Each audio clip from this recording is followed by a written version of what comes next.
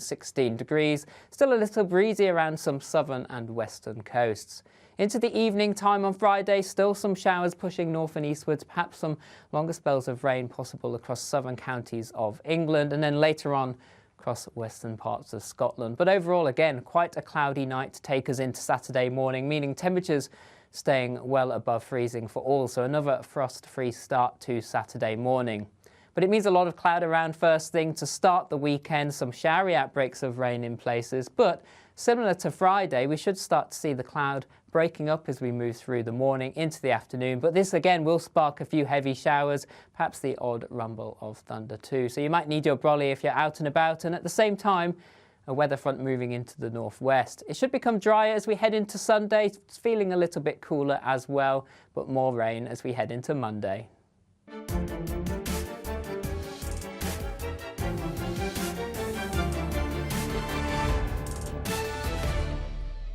Monday to Thursday nights on GB News. At 6, it's Dubes & Co. 7 o'clock, Farage. At 8, join Jacob Rees-Mogg. And at 9, Dan Wootton Tonight, followed by headliners on TV, radio and online. This is GB News. It's all about family, being in people's living rooms, all the interaction and getting to know who our viewers and listeners are. When I was young, my dad used to say, Nana, stop arguing. I wanted an outlet that would enable me to give my opinion. People are going through a really hard time right now, and I know that you don't feel like you're being listened to by the establishment. I came to GB News because it's the People's Channel, and I want the audience to have their say on the events of the day. We're dynamic. We do something different. Democracy shows that the wisdom of the nation is in its people. I get to travel to find out what the story is from a personal perspective. The British people aren't fools. We know when we're not being told the full story. We've got to work out how Britain moves forward from this.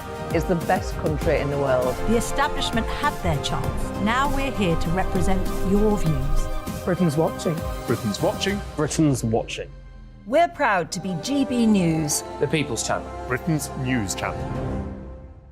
We are GB News, the People's Channel. And right across the United Kingdom. You can find us on Sky Channel 512. Virgin Media Channel 604. Freesat Channel 216. Freeview Channel 236. And YouView Channel 236. You can also take us with you on DAB Plus Radio. With the GB News app and at the website gbnews.uk. We're absolutely everywhere. Come join us on GB News, the People's Channel, Britain's news channel.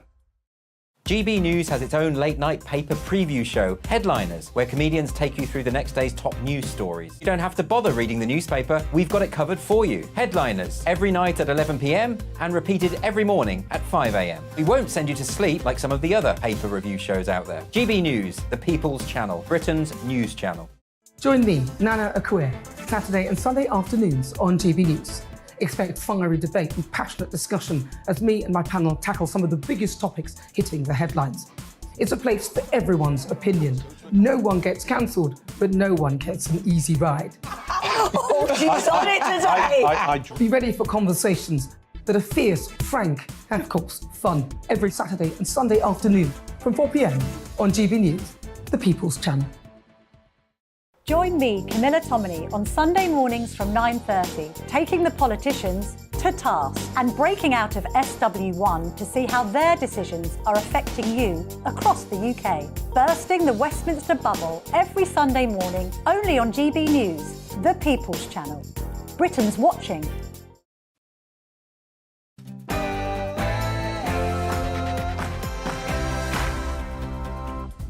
No spin, no bias, no censorship. I'm Dan Wootton. Tonight, Westminster and the MSM sharpen their pitchforks as the Boris Johnson witch hunt heads to a kangaroo court next week. But if this is really about Partygate, why isn't the current Prime Minister alongside Boris? Will the Chancellor categorically deny in the House that he attended any of the Downing Street Christmas parties? No, Mr. Speaker, I did not attend any parties. I'll explain why, for the sake of democracy, the Sue Gray stitch-up designed to finish off Boris's political career must fail. That's in my digest next, before I get the view of my superstar panel. We just saw them there. Adam Brooks, Sean Bailey and Amy Nicol in the house tonight. Then former Home Secretary Priti Patel becomes the most senior political ally of Boris Johnson to speak out against the witch hunt. The lack of transparency, the lack of accountability. I think there is a culture of collusion, quite frankly. Don't miss her unflinching take on that and more issues that matter to you, including ISIS bride Shamima Begum's bid to return. I have seen the security and intelligence information, and I would absolutely re-endorse that position all over again. And Gary Lineker too. You know, I've experienced such comments from him as well when I was Home Secretary. We've also got more shocking revelations in the Lineker scandal tonight after his agent claimed the Match of the Day presenter had a secret special arrangement with the BBC that gave him free rein to tweet about contentious political issues, including migrants. Fleet Street icon Calvin McKenzie wants heads to roll over this latest Liberal bias outrage. His unmissable opinion coming up live soon. Also on the way, should sex education for children under 8 be banned in favour of lessons that teach the sanctity of marriage? Well, ex-Tory Minister Anne Widdecombe thinks it's time family values return to Britain's classrooms. She's live later this hour. And with Diana's butler Paul Burrell predicting Harry will attend the coronation alone because Meghan won't want to face the music, is the Duchess of Sussex brave enough to see the family members she viciously attacked? My royal masterminds Lady Colin Campbell and Phil Dampier make their big return this hour. And as he's accused of letting down the Conservative movement, is our very own Calvin Robinson right to challenge the drag queen storytime movement? He takes on his Conservative rival Albie Amankona in what promises to be a fiery clash live in the studio shortly. As ever, first look at tomorrow's newspaper front pages hot off the press and my final Greatest Britain and Union Jackass of the week too. This is Dan Wootton tonight. Let's go.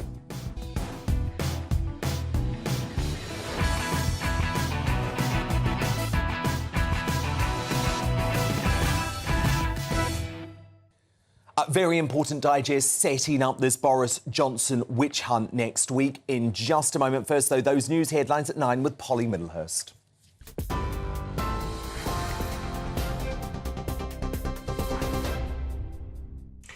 Dan, thank you, and good evening to you. Well, the health unions have agreed a pay offer with the government today, and they'll put it to a vote with nurses, ambulance staff and other NHS workers in England deciding whether to accept it next week. The offer proposes a consolidated pay increase of 5% and an additional lump sum worth at least £1,655. Health unions have now suspended all planned strikes and are recommending that their members accept the deal in the upcoming ballot. And that comes after health workers in Scotland, represented by the GMB union, accepted a 6.5% pay offer from the Scottish Government. The Prime Minister says today's agreement is a message to other unions to stop the strikes and start talks. We want to have constructive dialogue with unions. We're serious about finding fair and reasonable agreements on public sector pay. I think today's agreement demonstrates that. And what I'd say to all other unions is, please don't be striking. Please come in and have those talks. We've been wanting to do that, and today's agreement demonstrates we're serious about it. We don't want disruption. Well, separately, junior doctors belonging to the British Medical Association are yet to resolve their pay dispute. However, they have welcomed an invitation to negotiate from the government, with talks set to take place tomorrow. Now, the Energy Secretary has been reminded not to view sensitive government documents on his personal phone after he refused to delete the app TikTok. That comes after Cabinet Minister Oliver Dowden introduced an immediate ban on the app on any government device due to security concerns. However, Grant Shapps says he'll continue to use the social media platform. Mr Dowden has described that as a risk. We'll have received separate briefing in respect of how he should use his personal device, and that would include not having sensitive government documents on his personal device. It is just a fact that the ultimate ownership of TikTok is from a Chinese entity, and those entities are subject to Chinese national security laws. So it may not be the case that this is happening now, and I don't have any evidence to suggest that that is the case, but that it is a risk. And lastly, Meghan Markle is to share one of her favourite cake recipes in support of a charity cookbook. The Duchess of Sussex's favourite lemon cake recipe will feature in the World Central Kitchen cookbook. The proceeds supporting communities affected by natural disasters and humanitarian crises. The book will also include a recipe from former First Lady Michelle Obama. You're up to date on TV, online and DAB+ radio. This is GB News. Back now to Dan Wootton.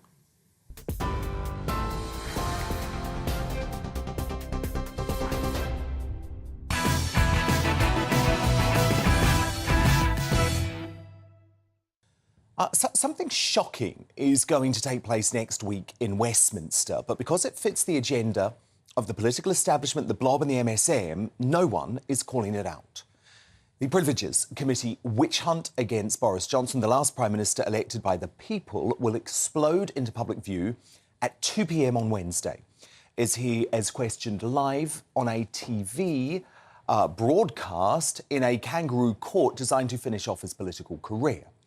Allies of Dominic Cummings, Rishi Sunak and the Labour opposition are united in finally defeating the one man who they know has the ability to beat Keir Starmer at the next election.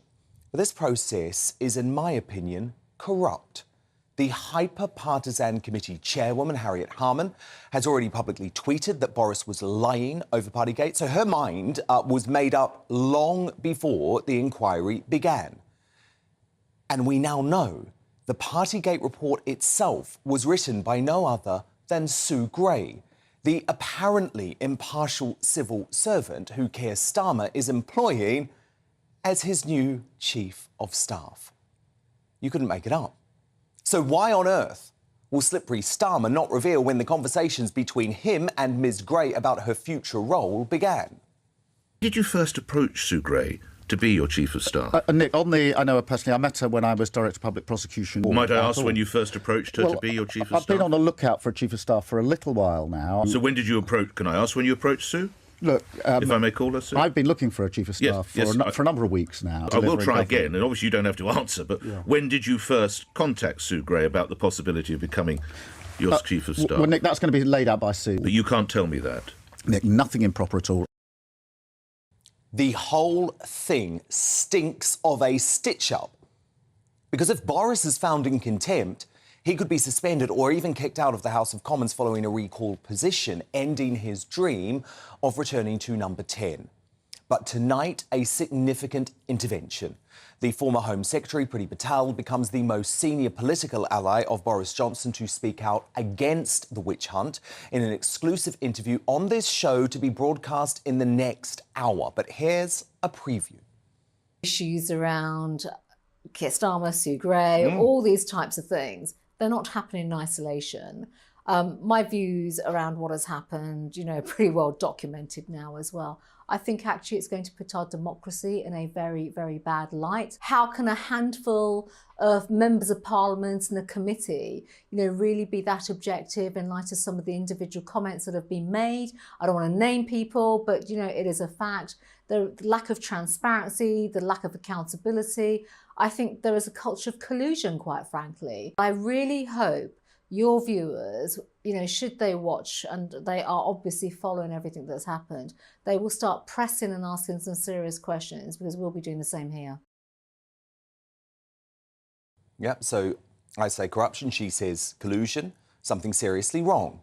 Then there's the question of why Boris is facing this stitch-up rather than the current Prime Minister Rishi Sunak, who, it is conveniently forgotten by the Boris haters, was also living and working at Downing Street as the parties went on, and also received the same fixed penalty notice as Boris for the same afternoon birthday cake presentation.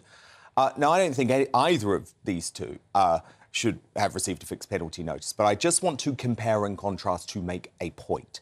These are the comments Boris is being hauled over the coals for making in the House on December the 1st, 2021. What I can tell the right honourable gentleman is that all guidance was followed completely during number 10. But what about when Rishi Sunak said this on the 7th of December 2021?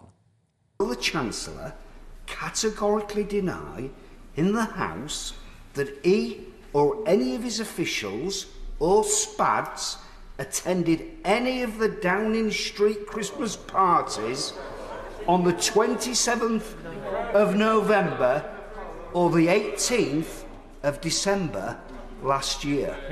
Chancellor? No, Mr. Speaker, I did not attend any parties.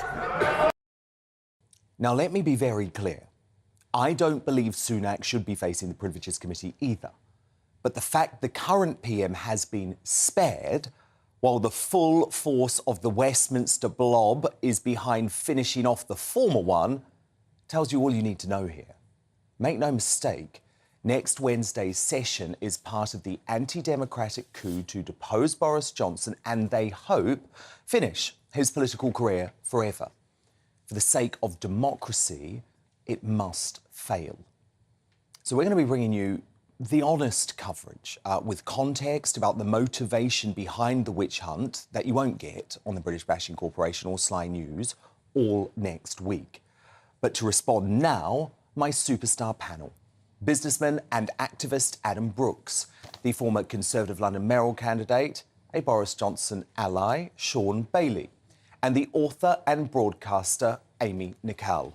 Sean, what do you make of Priti Patel using the word collusion in regards to Sue Gray and the Privileges Committee witch hunt taking place next week? The term spot on comes to mind. I can't believe that this so-called committee, this fair trial, as it were, is being run by one of Boris's biggest political opponents. She's made it quite clear where she was coming from long before the people on the committee were selected.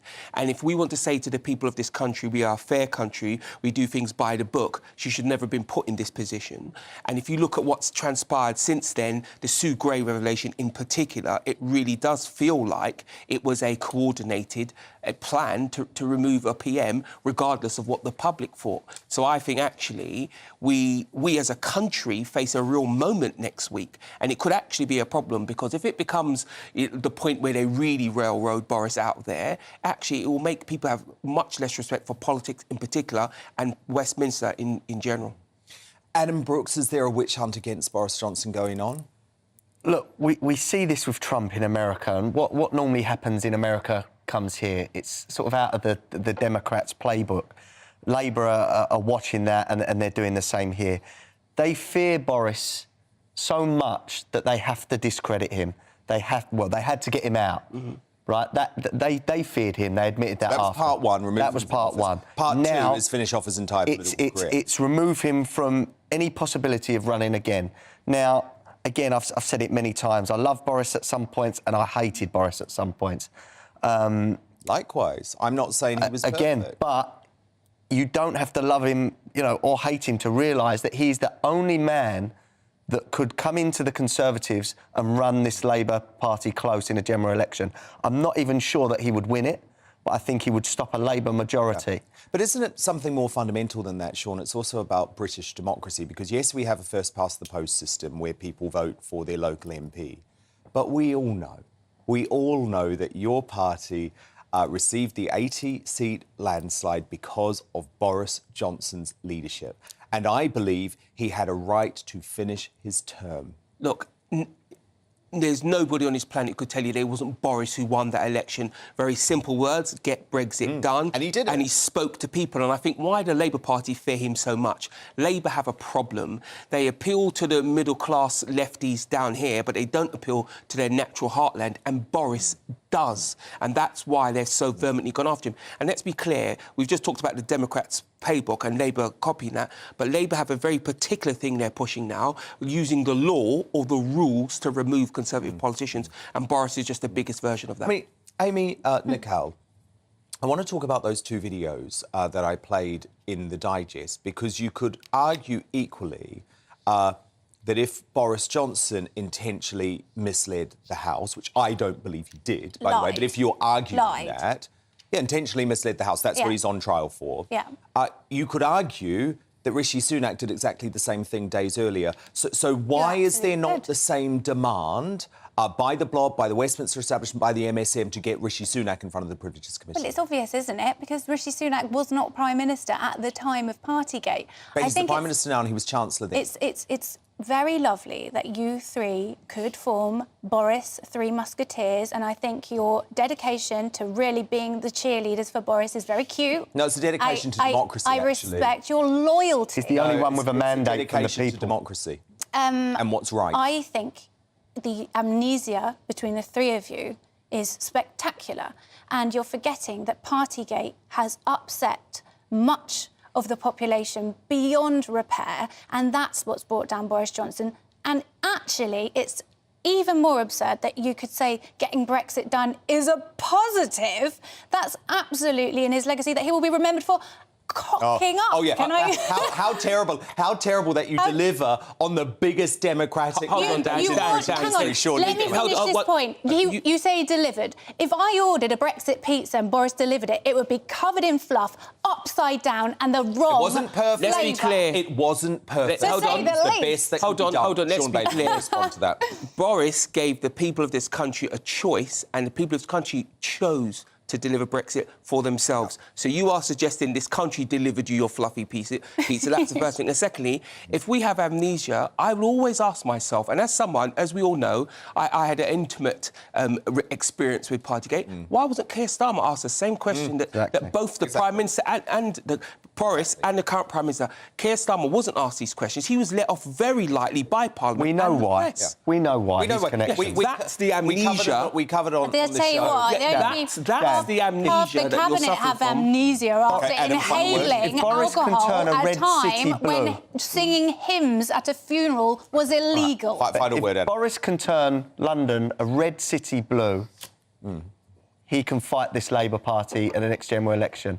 Again, you don't have to like him, but it is a fact that he's the Conservatives' only hope. And that is hilarious. They know that. That's the real situation you're in. He's your best hope. So you're patronising the voters there. I would rephrase that. I'd rephrase that. He could be the country's only hope if the alternative is Starmer. Starmer is a mistake for us. Very good point. Sean Bailey, Adam Brooks, Amy Nicole, my superstar panel with me all night. And remember, that exclusive interview with Priti Patel coming up very, very soon. But also on the way with Paul Burrell predicting that Meghan won't join Harry at May's coronation. Is it because the Duchess isn't brave enough to face the family she so viciously threw under the bus? Our royal masterminds, Lady Colin Campbell and Phil Campier.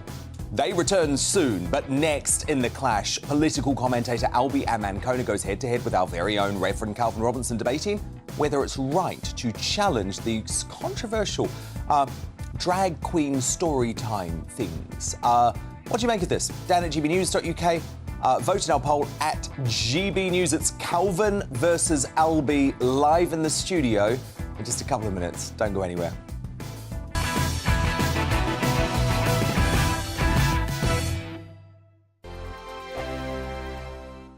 First and foremost, I am a GB News fan, and I was before I was working here. Just love the fact that we're asking the questions that a lot of establishment media won't ask. With a bit of a twist, we not only want to inform you, but we want to keep you entertained. It's worth the drive because you get in and the team's all ready and waiting, they're itching to go, and it's a proper little family. GB News is the people's channel. It's the audience that makes the programme sing. We're giving our viewers and our listeners a voice. I see the thousands of your letters, tweets, emails, you name it, coming in. Britain is broken.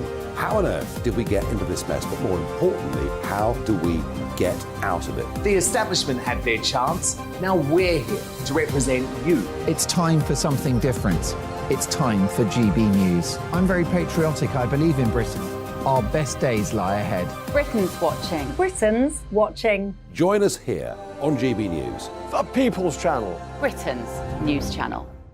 I'm Andrew Doyle. Join me at 7 o'clock every Sunday night for Free Speech Nation, the show where I tackle the week's biggest stories in politics and current affairs with the help of my two comedian panellists and a variety of special guests. Free Speech Nation, Sunday nights from 7 on GB News, the People's Channel, Britain's news channel. Here on GB News Live, we'll be keeping you in the picture, finding out what's happening across the country and finding out why it matters to you. We'll have the facts fast with our team of reporters and specialist correspondents. Wherever it's happening, we'll be there from 12 noon on TV, radio and online. GB News, the People's Channel, Britain's news channel. I'm Michael Portillo. Join me on GB News on a Sunday morning for topical discussion, debate, arts and culture, and sometimes even ethical dilemmas. I don't always agree with you, Michael. Michael Portillo, Sundays on GB News, the People's Channel, Britain's news channel. Hello, I'm Michelle Dewberry, and you can join me every weekday 6 till 7 on Jubes and Kerr. You're an inspiration to us all. Clip that bit off. Well, you are. That's my ringtone. My political ambitions those days are gone, I can tell you. She's only teasing. Go on. He's probably going to want to lay down now. I'll give him 2 minutes to have one. Let's respectfully disagree. That's what we like on Jubes and Kerr. Come and join us. GB News, the People's Channel.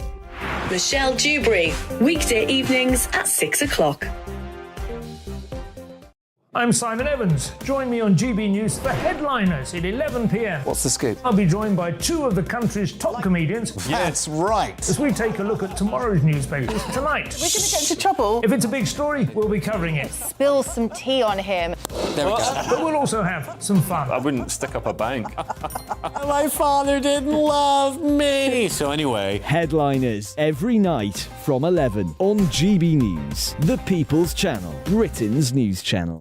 Join me, Nana Akue, Saturday and Sunday afternoons on GB News. Expect fiery debate and passionate discussion as me and my panel tackle some of the biggest topics hitting the headlines. It's a place for everyone's opinion. No one gets cancelled, but no one gets an easy ride. Oh, she's on it today! Be ready for conversations that are fierce, frank, and of course, fun. Every Saturday and Sunday afternoon from 4 p.m. on GB News, the People's Channel.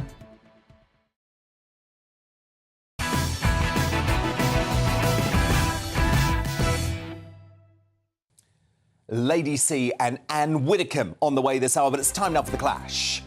And once confined to America, events featuring drag queens reading books and performing to children have now made their way to these shores.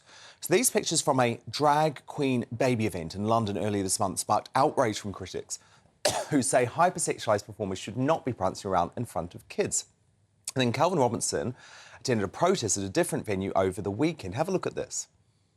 Culture wars are bullshit. I have found the best example of the culture wars and their stupidity in this corner of South East London on a Friday lunchtime. We're here to protest the idea of sexualising children.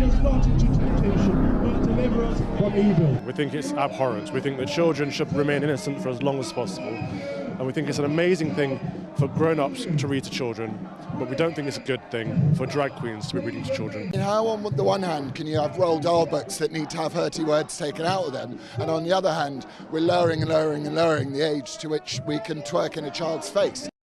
Now, that was a very misleading video from the left-wing political outfit Joe. But in the aftermath of that, the political commentator Albia Mancona hit out at Calvin on Twitter asking, anyone else tired of people embarrassing the Conservative movement like this? The GB News man responded by blocking his fellow Conservative. So what do you think? Was Calvin right to challenge the drag queen storytime movement? Dan at GB News is the email address. You can vote in our poll right now. And I'm delighted to say, returning to do battle on this once more, this time in the flesh, Albia Mancona and Calvin Robinson. So Albie, explain your tweet. Why did Calvin embarrass the Conservative movement by protesting the drag queen story time? Well, it was just in this particular instance. I mean, maybe Calvin can tell us why he went to the protest, but from the video, which you say is misleading, but from the video that I saw, it highlighted that Calvin and Lawrence, another GB News star, got nothing against either the two gentlemen personally, went to go and protest Drag Queen Story Hour outside your new local pub, the Honour Oak pub, I believe. So maybe you'll be protesting with them as well. And actually, the event in question was not taking place. There were no drag queens, there were no children being read to by drag queens. And personally, I just found the lack of organisation a little bit embarrassing, whether or not I agree or disagree with the intention behind the process. Calvin Robinson, you're very angry about Albie's reaction. Why? Oh, not angry at all. Very disappointed. Actually, very suspicious. So I accepted the invitation to come on tonight, not knowing I was against Albie. I thought we were having a debate against someone random. I didn't know. If it was him, I would have said no, because I'm suspicious of his motivations. I'm happy to debate people who I think are wrong, but I don't think you can debate evil.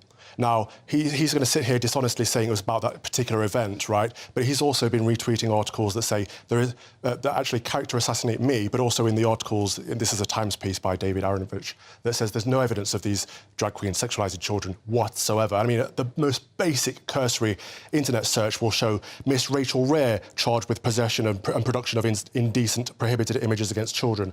Bruce Williams charged with 2 counts of possession of child porn. Darren Moore found dead in Cardiff, convicted of child rapist. Ada HD, drag queen story hour person who raised money for a convicted sex offender. I'm very, very disappointed that someone can sit here and deflect and try to make the issue about me on his Twitter, or try to make the issue about Lawrence Fox and people like us who are out there defending children's innocence, there's nothing more important than that. And what was the truth? It makes him complicit. What was the truth about the event, Calvin? Was it called off because of your protest? So that event was advertised. We advertised that we were going to go and protest it. The event was removed from their website sneakily, but you can still find it there on the internet history. However, we weren't protesting that individual event. And the Joe Politics interview that I gave, quite generously, he asked me, is this about this particular event? I said, no, it's about the movement. We think that drag queen story hour is inappropriate. I think it's a safeguarding concern for men dressed as women, scantily clad, in thongs and bondage gear, thrusting and gyrating in front of children. I think that's unacceptable. So I'm here to protest the movement. They cut that bit from the interview. Of course they did. Of course they did, because they're a very biased organisation. Albie Amankona, what about the drag queen story hours themselves? Do you think it is every parent's right to expose their children to whatever sexual material they want to, or do you feel like there should be protection for children against those sorts of displays? Look, the first thing I would say is I've not been to every single drag queen story hour which has taken place in the United Kingdom, and certainly not in the United States of America. I don't know whether or not all of them are age-appropriate or are inappropriate, but I believe the parents who say that the drag shows that they've been to, in fact, like the parent that was interviewed in the same interview Calvin was interviewed on,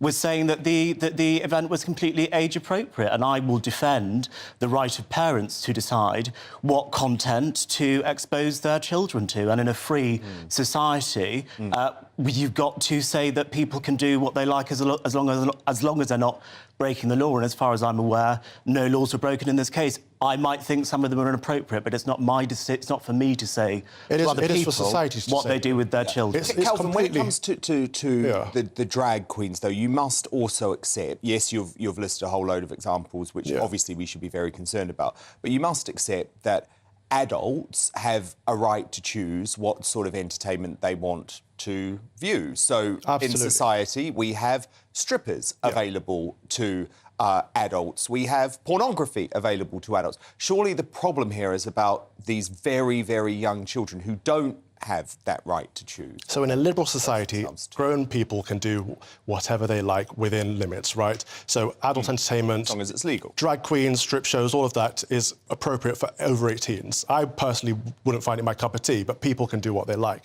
However, when children are involved, that's when it becomes a safeguarding risk. When we have thongs and little kids putting money in the thongs, as you would a strip show, because it's not look at that. It's grooming. Look at this. Do you believe this is age appropriate, what we're showing on screen at the moment? That particular drag show, which we're watching at the moment, no, I don't think that is age appropriate. I wouldn't take a child to that show. However, as I said before, Dan, I trust the parents who say the drag shows that they take their children to are age appropriate. Right. So are you calling them liars? No, I said it's a lame argument. I didn't call anyone a liar. The only person I'm calling a liar is you, Albie. How am I a liar? Because you are sitting there... What am I lying about? OK, I'll answer the question. You're sitting there pretending to be... You've just called me evil earlier on. I think your stance is evil. Stop being so over-dramatic. Are you going to let me answer the question, or are you just going to talk over me? Calvin, please do continue.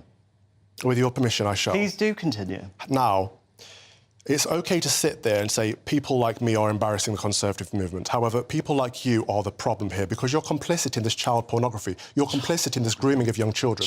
Because you are saying that actually it's OK reading stories it's for individual parents, to children. It's for individual parents which is age appropriate. How is that?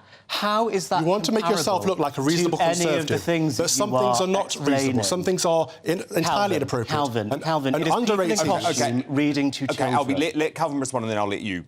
Adults reading to children is fantastic. It's one of the most beautiful. Does it matter what they wear? Yes, it does matter what they wear. Okay. Absolutely. So if they're wearing, if a drag queen went in a nun's outfit reminiscent of your vicar's outfit, would that be appropriate or inappropriate? Or is it just because it's a man wearing women's clothes that makes it inappropriate? Because I don't think anyone has an issue with children attending pantomime, for example, where you've got great pantomime dames like Christopher Biggins, you know, who I absolutely adore. I think the difference is, and I know from personal experience, you know, drag shows are all about sexual content. It's sexualised. But if it's sexually provocative. It's not age appropriate. It's sexualised content. People like you say it's not happening. Then you say, oh, it is happening. But it's not happening how you say it is, Calvin. And then you say it is happening and it's a good thing. You are the problem here. You are literally people like you are the problem. Calvin, you are actually the problem here. You clearly have some sort of issue. I do have an issue with my stance on this. I do, absolutely, yes. Earlier on. Yes. You blocked me on Twitter. I blocked you on Twitter me in the because I green gave you room when I said yes. hello to you. It's embarrassing. I'm embarrassed for you.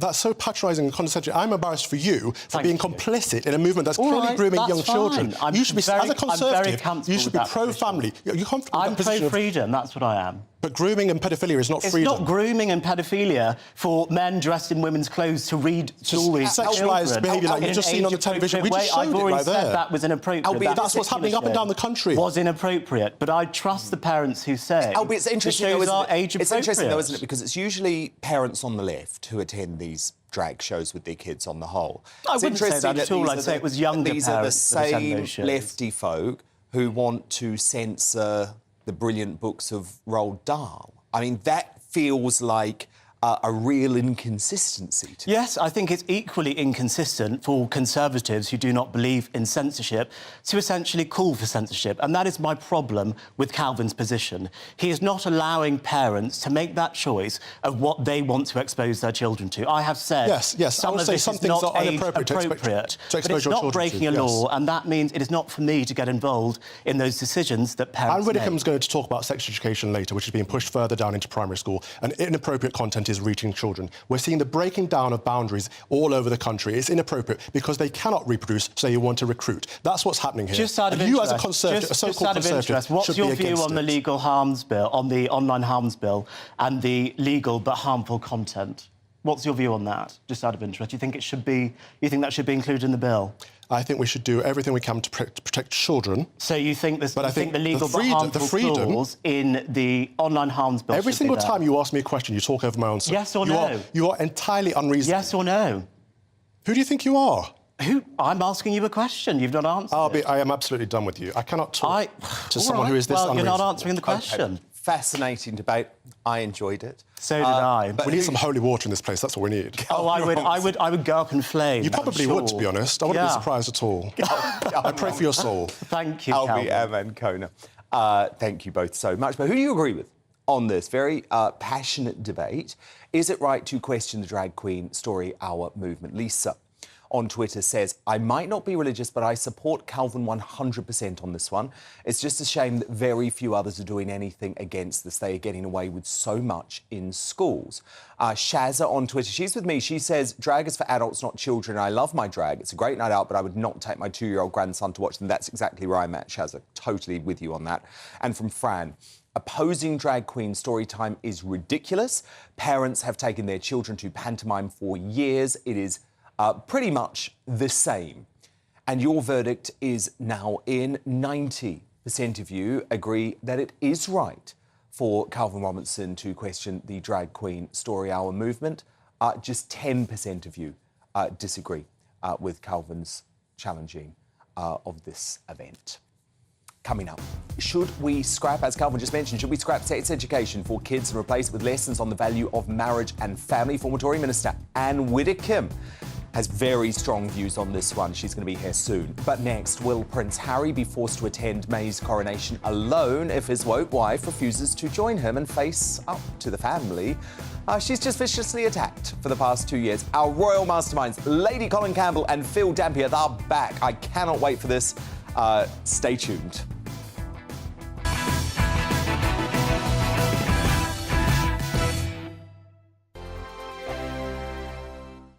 Monday to Thursday nights on GB News. At 6, it's Deebs & Co.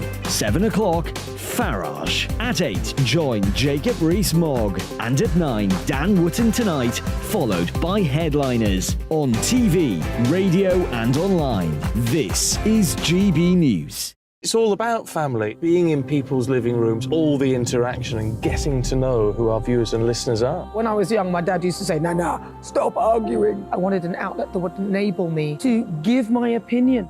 People are going through a really hard time right now, and I know that you don't feel like you're being listened to by the establishment. I came to GB News because it's the People's Channel, and I want the audience to have their say on the events of the day. We're dynamic. We do something different. Democracy shows that the wisdom of the nation is in its people.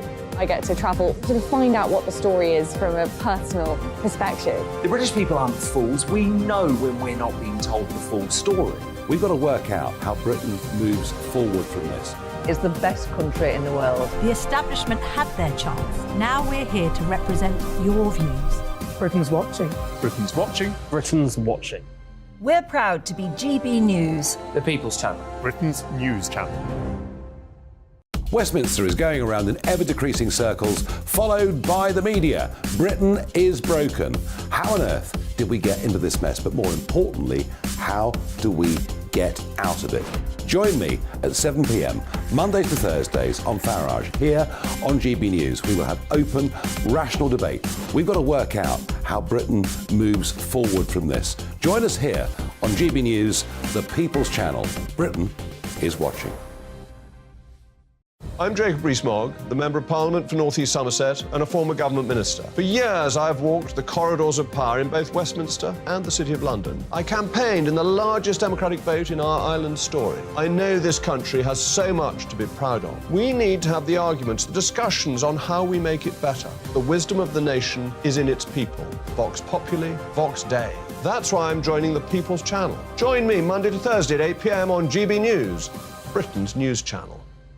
GB News has its own late-night paper preview show, Headliners, where comedians take you through the next day's top news stories. You don't have to bother reading the newspaper, we've got it covered for you. Headliners, every night at 11 p.m, and repeated every morning at 5 a.m. We won't send you to sleep like some of the other paper review shows out there. GB News, the People's Channel, Britain's news channel. Join me, Camilla Tominey, on Sunday mornings from 9:30, taking the politicians to task and breaking out of SW1 to see how their decisions are affecting you across the UK. Bursting the Westminster bubble every Sunday morning, only on GB News, the People's Channel. Britain's watching. You've probably seen politicians interviewed 1,000 times, but we do it differently. We find out who they really are, we don't shout, we chat, and hopefully we bring a bit of light, not just heat. Did you know Kate Moss? Apparently. Do you have a pair of jeans or a pair of jeans? No, of course I don't. What would I do with them? My friends are like, oh my God, what's she doing now? Join me every Sunday at 6 for Gloria Meets, only on GB News, the People's Channel, Britain's news channel.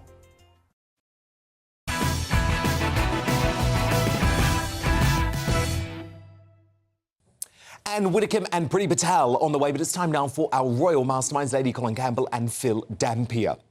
And the attention-seeking Sussexes still haven't confirmed if they'll be attending the King's coronation in less than 8 weeks' time. And Princess Diana's rock, her close friend, former butler Paul Burrell, has laid down an almighty gauntlet to the Duchess. Speaking to Closer magazine, Paul said it's likely to be incredibly uncomfortable for them if they attend, particularly Meghan.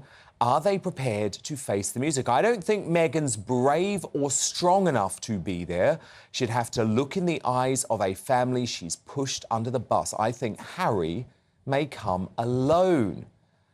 But Lady C, welcome back, and welcome back, Phil. You disagree with Mr. Burrell's take on this? I certainly do disagree with Burrell's take on this. As far as I'm concerned, he's completely ignored the fact that Meghan Markle is one of the most pushy, bumptious, uppity people it has ever been anybody's displeasure to come across. She has the hide of a rhinoceros. In fact, King Charles called her tungsten for a very good reason.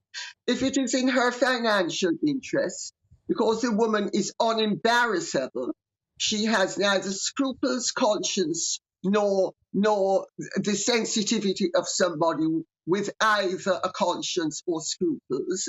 And if it is in her interest to attend financially and in terms of promoting her brand, because this is all we're speaking about, she will attend. And she will brazen it out the way she's brazened everything else out. I don't think that it does anybody any favours ascribing human feelings to somebody who doesn't have them. Phil Dampier, who are you with on this? Paul Burrell or Lady C?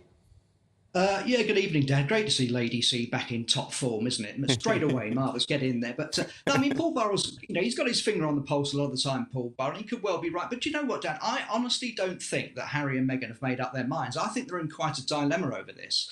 They do know that, the public are probably going to boo them. They do know that other members of the royal family are probably going to give them the cold shoulder. On the other hand, as Lady C says, they want to be the centre of attention, this massive event where 2 billion people are going to be watching. And I honestly think they are in an absolute conundrum over this. I don't think they quite know themselves yet what they're going to do. And it wouldn't surprise me if they leave this till right to the last moment to make a decision. I mean, they've got 4 choices, haven't they? Harry comes on his own. Harry and Meghan come together. They bring the kids almost as a sort of human shield. I mean, I don't think they'll actually go to the service, but the fact that they brought them over here would count for something.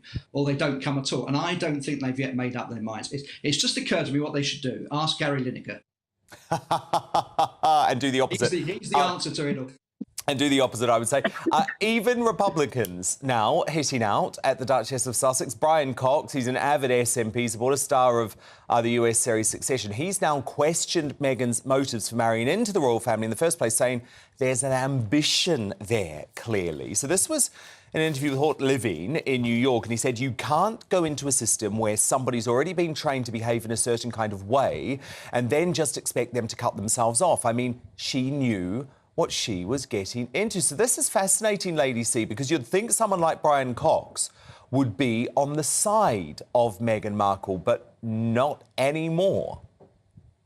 No, I actually have met Mr. Cox, and he's a very decent man. I may not agree with him politically, but he's a decent person, and of course he makes a very valid point. She has entered a world intent on creating havoc. Remember, I'm She-Ra, the rebel princess, and she entered it knowing that she intended to create chaos. She's created chaos. She has done everything in her power to undermine the stability and this continuity of the monarchy. A monarchy is about stability and continuity. It is not about endless change and the marching of hustlers who have decided that it is in their financial interest to pose as a left-winger, when in fact Meghan is the least left-wing person I've ever run across. She's a right-wing hustler. That's what she is, who will sell her soul for money. And have sold the royal family for money. So Phil Dampier, Lady C there, I guess, suggesting that Meghan Markle's political positions are motivated by what's best for her career. Is that fair? Yeah, I think so. I mean, I don't take too much of what Brian Cox says seriously on this subject, because he's in favour of abolishing the monarchy, and he said that she was very ambitious. But I think he's got it the wrong way around. He kind of implied, I think, if I've got it right, what he said in the interview, that he thought that she came into it, wanted to sort of rule the roost and be the top princess, and then got fed up with it fairly quickly. But whereas I don't think her heart was ever in it. I think she just used this as a stepping stone. She was able to prey on Harry's insecurities, and fortunately for her, he fell for it, and she convinced him that it was best for him to leave as well. So I think I'm coming from a different point of view. I think she was never intending to stay in the royal family in the first place, and that's where he's got it quite wrong. But he was right to say she was ambitious, but not quite in the same way.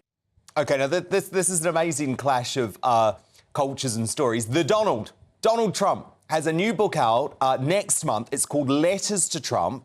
And this is where he's going to publish 150 letters from some of the world's most famous faces, including former presidents, Michael Jackson, and the late Queen and Princess Diana. So Trump was in typically rambunctious form, telling Breitbart News, "I knew them all, and every single one of them kissed my ass."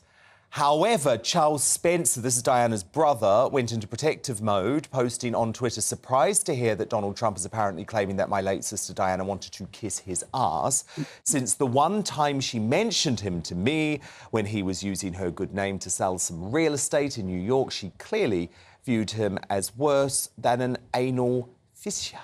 Lady C. Oh, my goodness. Do you think the Donald and Diana got on? Well, I seem to recall in my book, The Real Diana, I pointed out that she despised him.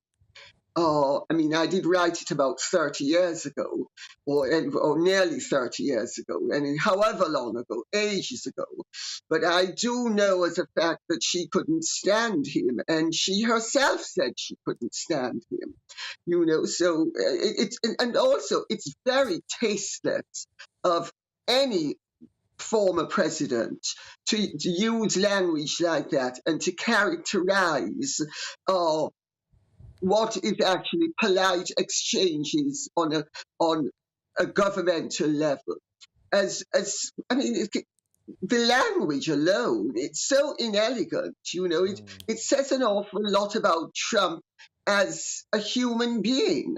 I mean, I have nothing against some of his political achievements. In fact, I was very pro the fact that he was anti-war, and I was pro the fact that he was pro the economy.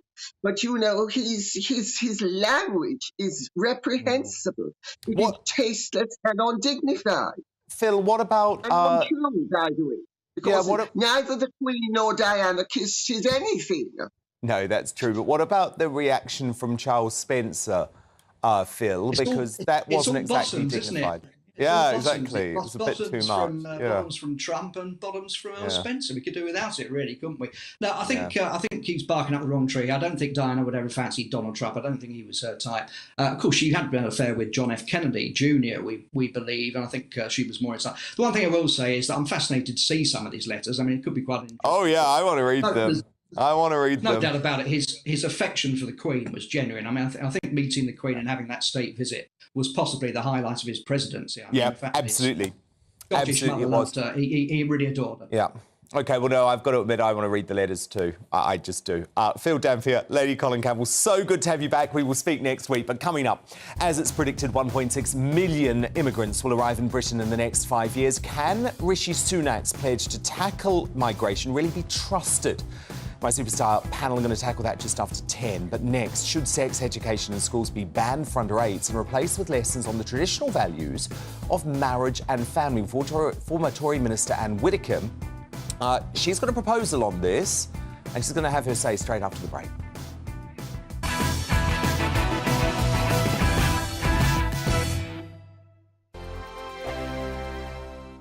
We are GB News, the People's Channel. And right across the United Kingdom. You can find us on Sky Channel 512. Virgin Media Channel 604. Freesat Channel 216. Freeview Channel 236. And YouView Channel 236. You can also take us with you on DAB Plus Radio. With the GB News app and at the website gbnews.uk. We're absolutely everywhere. Come join us on GB News, the People's Channel, Britain's news channel. Monday to Thursday, 9 p.m. till 11 p.m. Join me, Dan Wootton. I'll bring you the sharpest takes and hottest debates. Do you not believe in prison? I don't believe in prison. I'm completely stunned. I guarantee you there'll be no spin, no bias, no censorship. I actually was personally quite offended by it. And no reason to go to bed. So I guess they've always been quite woke. That's Dan Wootton tonight on TV, radio and online. Monday to Thursday from 9 p.m. till 11 p.m. on GB News. The People's Channel, Britain's news channel. Hello, I'm Michelle Dewberry, and you can join me every weekday 6 till 7 on Jubes and Co. You're an inspiration to us all. Clip that bit off. Well, you are. That's my ringtone. My political ambitions those days are gone, I can tell you. She's only teasing. Go on. He's probably going to want to lay down now. I'll give him 2 minutes to have one. Let's respectfully disagree. That's what we like on Jubes and Co. Come and join us. GB News, the People's Channel. Michelle Dewberry, weekday evenings at 6 o'clock. I'm Simon Evans. Join me on GB News for Headliners at 11 p.m. What's the scoop? I'll be joined by 2 of the country's top comedians. That's right. As we take a look at tomorrow's newspapers tonight. We're going to get into trouble. If it's a big story, we'll be covering it. Spill some tea on him. There we go. But we'll also have some fun. I wouldn't stick up a bank. My father didn't love me. So anyway. Headliners every night from 11 on GB News, the People's Channel, Britain's news channel. It's all about family, being in people's living rooms, all the interaction and getting to know who our viewers and listeners are. When I was young, my dad used to say, Nana, stop arguing. I wanted an outlet that would enable me to give my opinion.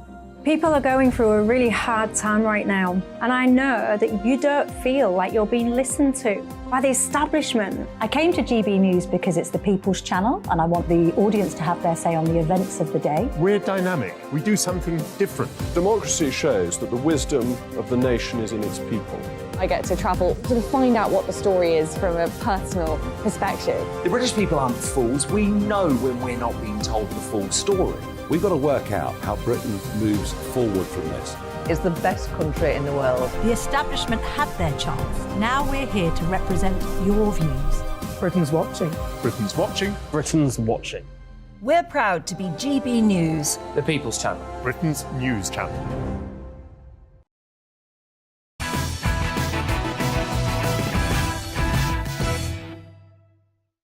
It's time now for Big Witty Style with former Tory Minister Anne Widdecombe.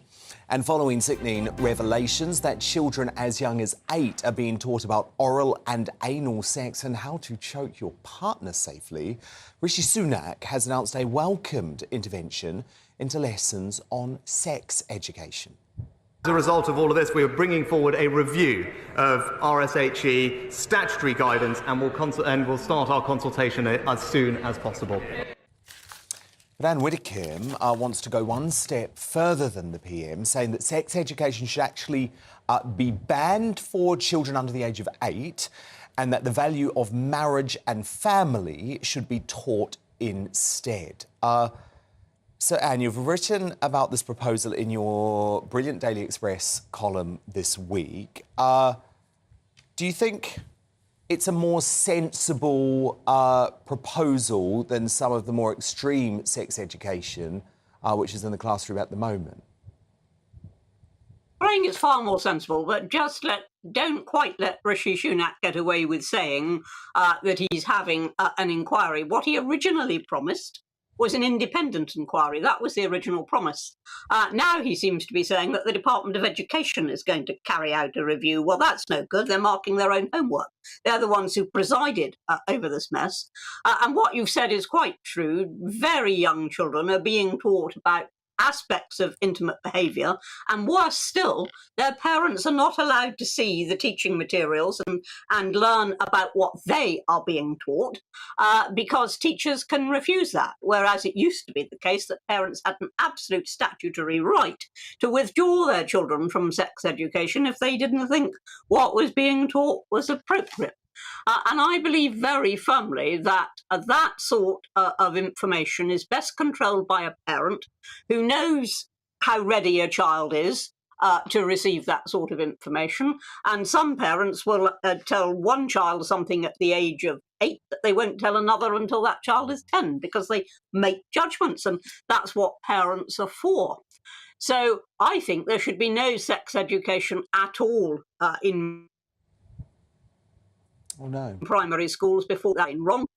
And I think that way the parents don't have to worry because they won't be learning inappropriate stuff. And then I think after that, the emphasis should be, and not exclusively, but the emphasis should be on stable marriage and on children being raised by a mum and dad in a long-term legal commitment. And that's where the emphasis should be. And there was a time when we all thought that. So what about with teenagers, Anne? Because we know that in this horrible world of online harms everywhere, they're exposed from a very young age as teenagers to pornography and all of that. So how do you tackle it once they're in that age group? I think there's no doubt at all that in secondary schools the issues have to be tackled. It's no good wishing that today's teenagers could be as innocent as yesterday's teenagers, because they won't be. The world is a very different place. And as you say, the huge role played by the internet has changed the whole game.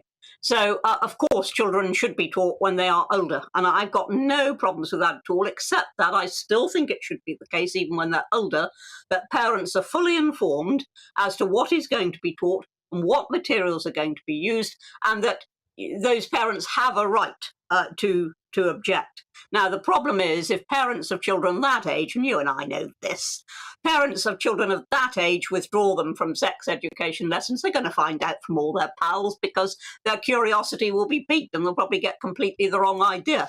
So I think it's better that they're not withdrawn, but I think the parents should still have a very large say in what is taught, particularly in the early teens. I mean, I think after that, one's just got to be realistic. And just finally, it was the debate in our clash tonight. What do you make of parents who are taking young kids to these drag queen story hours? Well, my view is that there should certainly be no drag queen story hours in primary school, in a school setting. Obviously, what parents do has got to be a matter for parents, but I don't think it's a good idea. I mean, it depends entirely what the drag queen is saying, but we know that some of them have been into schools and talked about 73 genders or some such rot to very young children indeed. I mean, gosh. Yeah, you can be an astro gender now or a blueberry. I mean, it's ridiculous, isn't it? Anne Whittaker, great to speak, Anne, and we will speak next week. Thank you very much. But coming up, should we scrap sex education? Well, I think we definitely should, shouldn't we? And of course, that will be something that we just discussed with Anne Whittaker. But I'm going to tell you what's coming next now. My exclusive sit-down interview with the former Home Secretary Priti Patel as she reveals exactly why the witch hunt against Boris Johnson has to stop.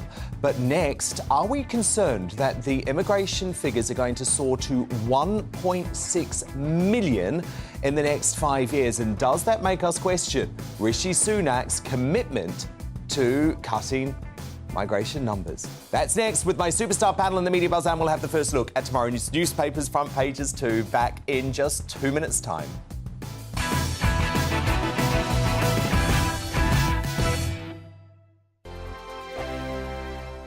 You've probably seen politicians interviewed 1,000 times, but we do it differently. We find out who they really are, we don't shout, we chat, and hopefully we bring a bit of light, not just heat. Did you know Kate Moss? Apparently.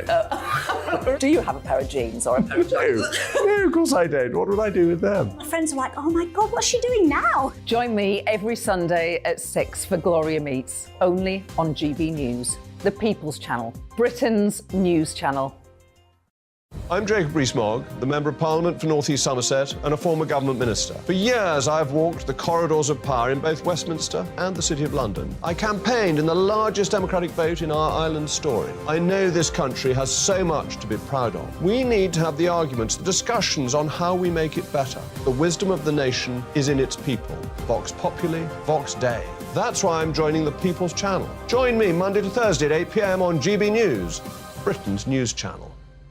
Here on GB News Live, we'll be keeping you in the picture, finding out what's happening across the country and finding out why it matters to you. We'll have the facts fast with our team of reporters and specialist correspondents. Wherever it's happening, we'll be there from 12 noon on TV, radio and online. GB News, the People's Channel, Britain's news channel. I'm Andrew Doyle. Join me at 7 o'clock every Sunday night for Free Speech Nation, the show where I tackle the week's biggest stories in politics and current affairs with the help of my 2 comedian panellists and a variety of special guests. Free Speech Nation, Sunday nights from 7 on GB News, the People's Channel, Britain's news channel. I'm Michael Portillo. Join me on GB News on a Sunday morning for topical discussion, debate, arts and culture, and sometimes even ethical dilemmas. I don't always agree with you, Michael. Michael Portillo, Sundays on GB News, the People's Channel, Britain's news channel.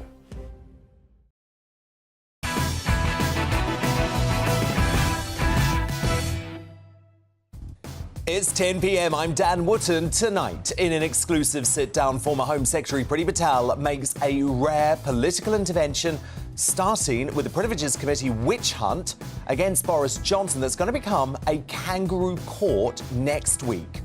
The lack of transparency, the lack of accountability, I think there is a culture of collusion, quite frankly. Plus, Priti speaks out on the reckless bid to bring Begum back to Britain. I have seen the security and intelligence information, and I would absolutely re-endorse that position all over again. And the BBC's shame, Gary Lineker. You know, I've experienced such comments from him as well when I was Home Secretary. Don't miss one of the Conservative Party's biggest talents unleashed on the Liberal elites very shortly. Speaking of Gobby Gary, though, as the millionaire's agent let slip that he has a secret deal with Tim Davie to tweet as much woke claptrap about immigration policy as he likes, should the Director General face the sack. Fleet Street icon Calvin McKenzie speaks out on what is an absolute scandal, in my opinion. That's uncancelled later on. As a projected 1.6 million migrants will enter the UK in the next 5 years, despite this desperate and justified appeal from Tory MP Scott Benton. I'm afraid this country is nearly full. Prime Minister needs to start taking his own pledge to cut migration more seriously. That's the big debate with my superstar panel. And tonight, I'm joined by Adam Brooks, Sean Bailey and Amy Nicol.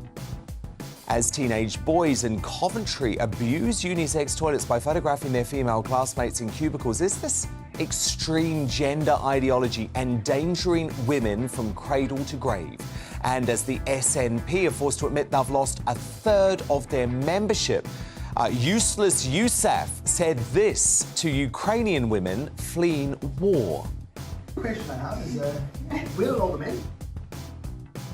I promise you, that is real. Both those stories coming up in the media buzz. And was Paris Hilton actually on the picket lines today? Find out when I crown tonight's greatest Briton and Union Jack as the first front pages arrive in mere moments too, right after Holly Middlehurst.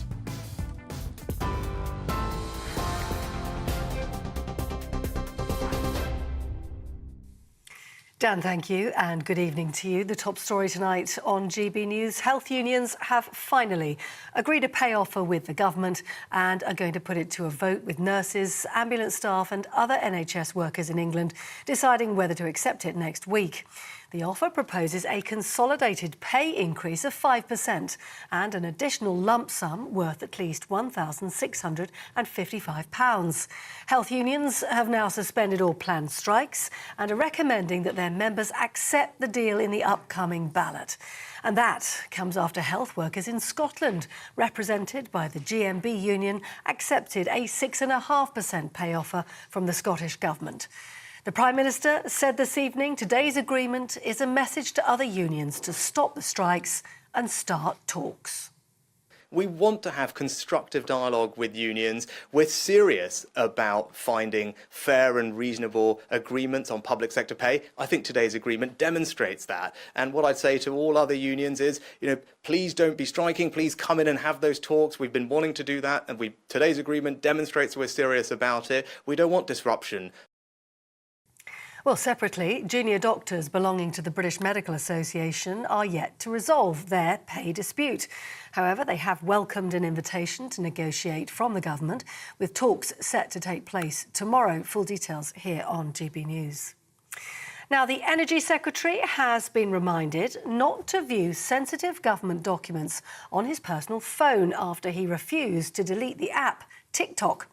It comes after Cabinet Minister Oliver Dowden announced an immediate ban on the app on any government device due to security concerns. However, Grant Shapps says he'll continue to use the social media platform. Mr Dowden has described that as a risk.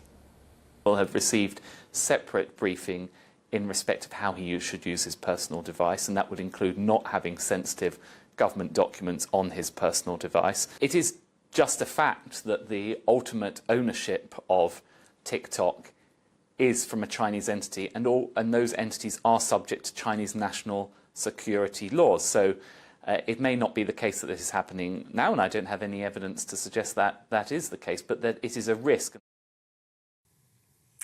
Now, lastly, Meghan Markle is to share one of her favourite cake recipes in support of a charity cookbook. The Duchess of Sussex's favourite lemon cake recipe will feature in the World Central Kitchen cookbook. The proceeds going to support communities affected by natural disasters and humanitarian crises. The book will also include a recipe from former First Lady of the United States, Michelle Obama. You're up to date on GB News. I'm back in an hour. Now back to Dan.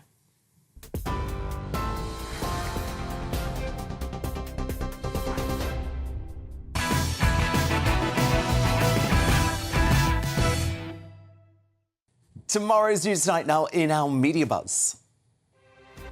The front pages are in one story domination, so let's see how they're covering it. The Metro goes with this offer of a 5% pay rise to striking NHS staff in a bid to end the damaging dispute. Nurses and paramedics have been urged to accept the new terms. The Eye celebrates the NHS pay deal that they believe will signal an end to public strikes, with NHS staff in England to be offered that rise, plus a backlog budget of over £1,000. The Independent also leads with that deal of a 5% rise. They say, or at least ask, if it's the beginning of the end of the strikes. The Guardian, though, focuses on the upcoming Casey report, which will condemn what it calls the Met Police's sexist and racist culture that it is failing to change. My superstar panel, back with me now, the businessman and activist Adam Brooks, former Conservative London mayoral candidate Sean Bailey, and the author and broadcaster Amy Nicol. Now, Prime Minister Rishi Sunak has made his pledge to stop the boats, one of the cornerstones of his premiership.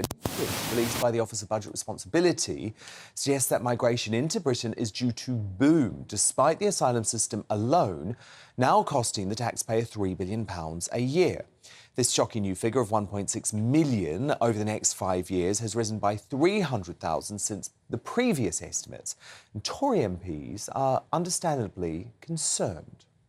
Public services are already creaking under enormous pressure, and we simply can't accept hundreds of millions of people who would no doubt look to come here for a better life. I am afraid this country is nearly full. But it's not just backbenchers who are pushing back against the expected surge in migration, with the Home Secretary herself aspiring to bring net annual migration down to the tens of thousands target originally set by David Cameron. So why is the forecast predicted by the OBR so much higher than what Scott, Suella and many other Tories are calling for, Sean Bailey? I think it's reality, and they've looked at the trend, plotted the numbers, seen the willingness for people to make that very dangerous journey and come up with a figure that feels a bit more realistic than most people are talking about. But my big thing about this is we all know that a certain amount of immigration has made this country what it is.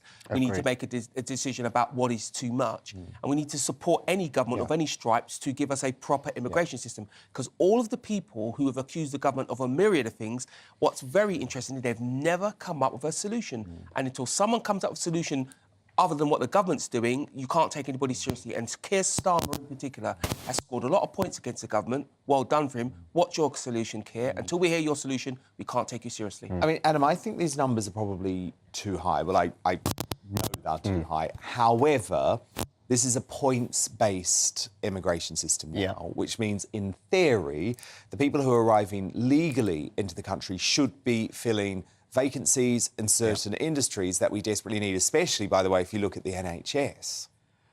Look, again, I will echo what Sean says. Controlled immigration has shaped this country throughout decades and, centuries. It's a good thing. But, look, I used to own nightclubs. There was a capacity limit for a reason. And that was, quality of service. If someone can't get a drink or someone can't dance, that nightclub doesn't function. And also, a safety issue. You can't be safe. So that's the two things, safety and quality of service. Do you think Scott Benton was right to say that Britain is nearly... Look, I do believe... I've been trying to get a doctor's appointment for my little boy for a couple of weeks now. It's been a nightmare. So what happens when another 1.6 million people come to this country?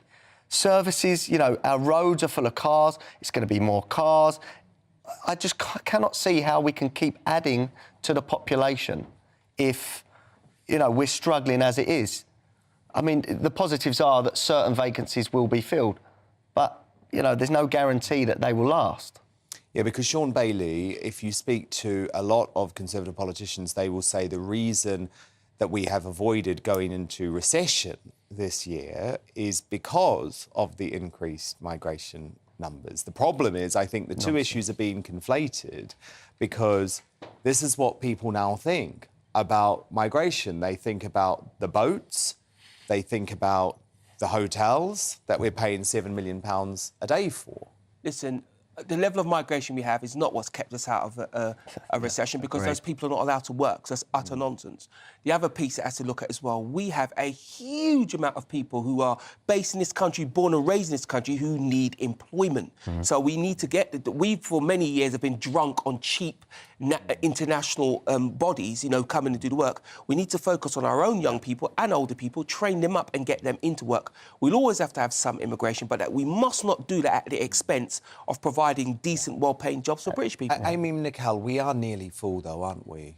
I mean, if that were the case, we've been saying we're nearly full since the dawn of time. I mean, Nigel look at how our Farage social shared services are a piece today from the Daily Mail from 30 years ago saying, we're nearly full, we're nearly full. We're not full, it's OK. OK, well, young people, you're always moaning about the state of the NHS. Yeah. You're always moaning about the fact that young people can't buy houses. You're always moaning about class sizes. Do you not think those three issues have something to do with the mass wave of migration into the country? I think that's got a lot more to do with austerity and mismanaged government funds. Now, I don't dismiss... So how many more people can we take? Do you think this is the right number, 1.6 well, if we million? take the number... If we take the number that Suella suggested, tens of thousands... I think that's what we need to be. If we did take tens of thousands, then how many people are going to try and come here illegally? It's going to go right up. Yeah, and that's why the more you reduce the legal number... You can't be tough on the legal number. That needs to be as high as required. And also, let's not open forget... borders? Let's not forget... Open borders? I know you really want me to say open borders, but... Well, no. I just want you to say what number you're comfortable with. So OBR says 1.6 million over the next 5 years. What number are you comfortable with? Well, isn't 43% of the NHS run by migrant workers?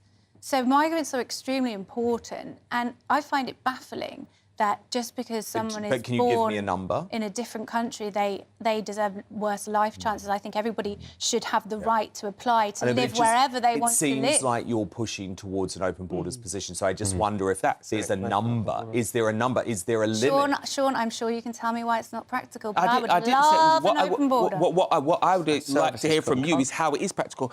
Let's be very clear.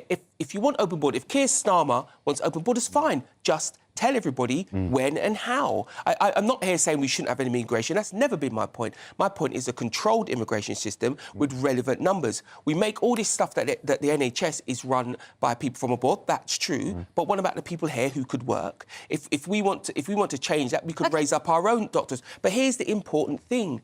We are conflating many issues. Economic migrants and people seeking asylum are not the same thing. No. They're absolutely not. We are robbing many developing nations. The illegal immigration system. We are robbing many developing nations of their best talent. Well, exactly. And look at Albania. Yeah. Look at that as well. Final word, Amy. All right. Instead of stop the boats, can we just say stop the strikes, stop the being useless, and start actually helping the people here? Now, stateside Action TV personality Whoopi Goldberg may be a name you're familiar with, and if you are, it could well be due to her reputation for pushing the boundaries of offence to the absolute limit and getting away with it. It's the latest minority group she's clumsily upset, the travelling community, who weren't too pleased with her flippant use of the word gypped. Beautiful women. The people who still believe that he got, gypped somehow in the election will still believe that he cared enough about his wife. I should have said cheated, and I used another word, and I'm really, really sorry. Now, that apology may seem slightly more sincere if this was Goldberg's first slip-up, but after twice having to row back on Holocaust comments in which she said the Nazis' state-sponsored murder of 6 million Jews wasn't about racism, it seems the lessons of just last year have not been learned. I mean, it's also worth remembering that the travelling community themselves were victims of Hitler's Holocaust, leading some to feel repeatedly targeted by Goldberg. Now, at the same time, I don't think Whoopi should be cancelled. She's speaking on a private network, the ABC, in the US. But why I wanted to show this today is I just find the hypocrisy of the left intriguing. Because while the Jeremy Clarksons and the Lady Hussies of the world have to tread an increasingly fine line, it's clear that Whoopi's whoopsies are not taken nearly as seriously.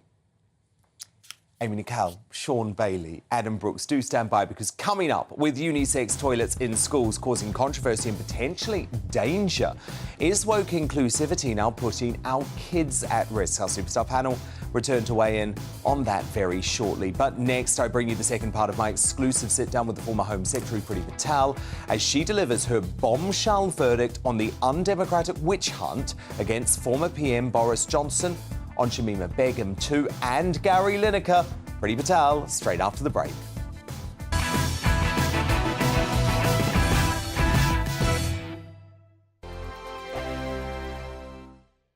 First and foremost, I am a GB News fan, and I was before I was working here. Just love the fact that we're asking the questions that a lot of establishment media won't ask. With a bit of a twist, we not only want to inform you, but we want to keep you entertained. It's worth the drive because you get in and the team's all ready and waiting, they're itching to go, and it's a proper little family. GB News is the people's channel. It's the audience that makes the programme sing. We're giving our viewers and our listeners a voice. I see the thousands of your letters, tweets, emails, you name it, coming in. Britain is broken.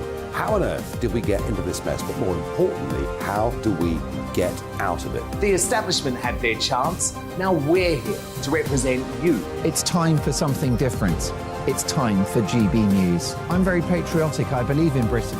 Our best days lie ahead. Britain's watching. Britain's watching. Join us here on GB News.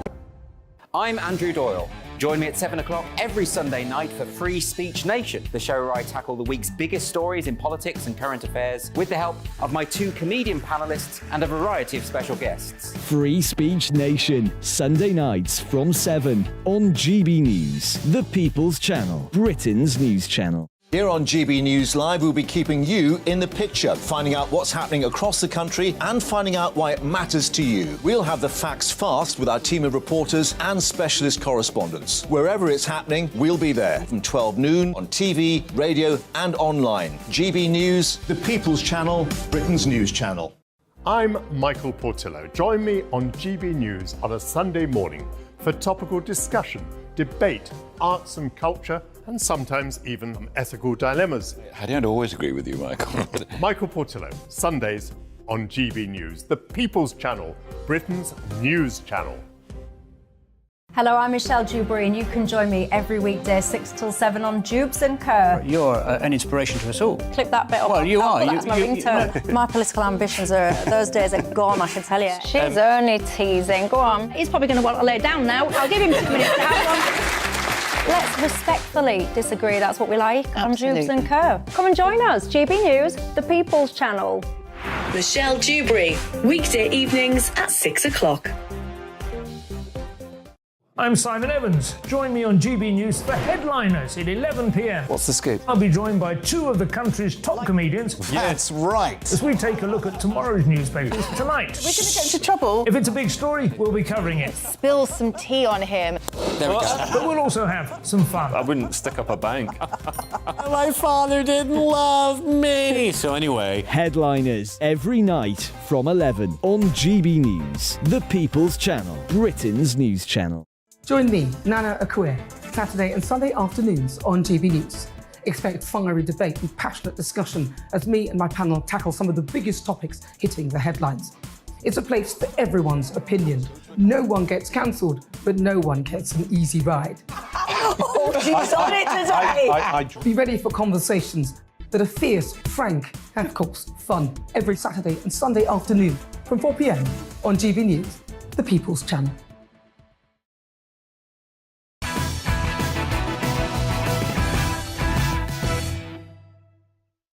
Welcome back. Calvin Mackenzie on the way. But as I mentioned in my digest earlier, the former Home Secretary, Priti Patel, is about to become the most senior political ally of Boris Johnson to make an intervention against Wednesday's Privileges Committee kangaroo court witch hunt against the former Prime Minister. But first, as we sat down in her Westminster office, I asked her about the pair of BBC scandals, one involving Gary Lineker, the other involving Shamima Begum. How do you feel with this furore over the past week when you have a high-profile BBC presenter and Gary Lineker actually comparing the policy to 1930s Germany, which, by the way, I believe he has a right to say it, not as a presenter of the BBC. He has a right to say it as a citizen, but I think we have a right to say that he's been incredibly intellectually dishonest. Well, you know, I've experienced such comments from him as well when I was Home Secretary. I fundamentally disagree with that, and I disagree with his comments for the obvious reasons. You know, we can't sit back and do nothing. And the new plan for immigration, when I was Home Secretary, end-to-end reform of the asylum and illegal migration system. Our asylum system is overwhelmed. That's just a fact. You know, we have to change the way cases are being processed. That is a fact. That work is taking place. We recruited something like 1,000 case officers to process cases and all sorts of things. Reform of the immigration courts and tribunals, a one-stop shop so that people can't keep on going back at the expense of your viewers, the taxpayers, to go back and appeal and appeal and appeal. Remember those famous deportation flights that were blocked by the courts? We wanted to bring an end to that. Age assessments, 40-year-old men masquerading as teenagers. I mean, that's absolutely immoral, creating all sorts of safeguarding risks. That's why we had the National Anti-Borders Act, which still needs to be implemented fully. So look, the government rightly is saying, stop the boats. I endorse that completely. It's right that we do everything to do this. But remember one thing as well. If this was easy, it would have been done by now. There's no one single solution to this. It's deeply complex. It's criminal gangs upstream, out of our country. We have a lot of work, brilliant work, by the way, undertaken by the National Crime Agency. We have brilliant people in law enforcement prosecuting people smugglers. The number of arrests of people smugglers went up last year and will continue to go up because we have the powers to do that through the National Anti-Borders Act. Very quickly on security issue, you will have seen this BBC campaign to try and rehabilitate the image of Shamima Begum, the despicable ISIS terrorist. Now, when you were Home Secretary, you were absolutely clear that this woman must not re-enter the UK. Do you stand by those Absolutely comments? right, absolutely right. And I maintain that. I will always maintain that position on the basis that I have seen the security and intelligence information. And quite frankly, it is the job of the Home Secretary of the day to protect our citizens, protect our countries from individuals who are a threat. And I would absolutely re-endorse that position all over again. We need to talk about the Conservative Democratic Organisation. You're a patron. This is a body that I fully support because what we have seen happen in the Conservative Party over the past year is the opposite of democracy. That's right. I have described what's taken place as an anti-democratic coup. Now, none of this is actually about necessarily criticising the Prime Minister of the day, but members are unhappy, aren't they? So they and are. they need to get their democracy back. So tell me about what you're doing to make that happen. I've been a long-standing proponent. I've spoken now probably for about 10 years about more democracy in the Conservative Party. I believe, you know, I'm a grassroots Conservative first and foremost, and then I'm an MP. They didn't get to vote on the Prime Minister. No, and that's the point. They had no And that's the point, vote. Dan. I'm aware of that, and I'm very vocal about all of that. But, you know, this does go back. It hasn't happened overnight. This has been a concerted issue for like probably 12 years since, you know, I was on the board of the party 12 years ago. I was elected to the board because I care about my party. I care about the governance of our party. I care about our members. I joined at the grassroots. I've always been a grassroots conservative for that reason. The voice of the members, who, by the way, they're the ones where we must be about, I don't know, 45 days away from polling day with local elections coming up. They're the ones, day in, day out, while the members of Parliament are here in Westminster, putting the leaflets through the door, knocking on doors, engaging constituents. Okay, but let me put this to you. They would have voted for Boris Johnson. So the party hierarchy stopped a vote from taking place. Well, I was there at the time, Dan. You know, everyone knows this. I was there at the time. People know where my support and loyalties lie there. But at the same time, that is exactly the point, right? We have to make sure that the voices of our members are hard-working grassroots activists. It's never ignored again. And so But if the members had been listened to, Boris Johnson would be Prime Minister today. We may have a different outcome. We may have had a different outcome. You know, we can't roll back time and do crystal ball and all that kind of stuff. But this is why it's such an important movement. Fundamentally, it is important, and it's important for some other reasons as well. I mean, as I've said, you know, the party members should absolutely have a vote. Not everybody agrees with that in the party. Not all my colleagues will agree with that. But I also think even things like party conferences, you know, I'm ancient enough to remember the days when our members would come and have their voices heard at party conference. Now, I think that's important. I'm ancient enough to remember, you know, when they would be thanked personally by the leader of the party at party conference. It was Margaret Thatcher back then. But all these things really matter. And I think it's vital, in terms of healthy debate, but actually the democratic features that any political organisation must have. That's why I'm involved with the Conservative Democratic And it's so important, and I think this is a movement that is going to build. Finally, something really shocking is taking place here at Westminster next week. I have said on the record on my show, Priti Patel said on our Superstar panel this week, that it is a witch hunt. It is a witch hunt against the former Prime Minister Boris Johnson by the Privileges Committee led by Harriet Harman to try and finish his political career.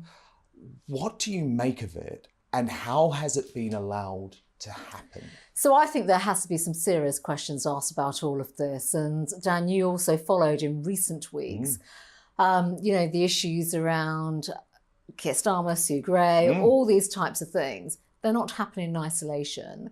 My views around what has happened, you know, are pretty well documented now as well. I think actually it's going to put our democracy in a very, very bad light. Where is democracy, quite frankly, right now? How can a handful of members of parliament and a committee, you know, really be that objective in light of some of the individual comments that have been made? I don't want to name people, but, you know, it is a fact. The lack of transparency, the lack of accountability.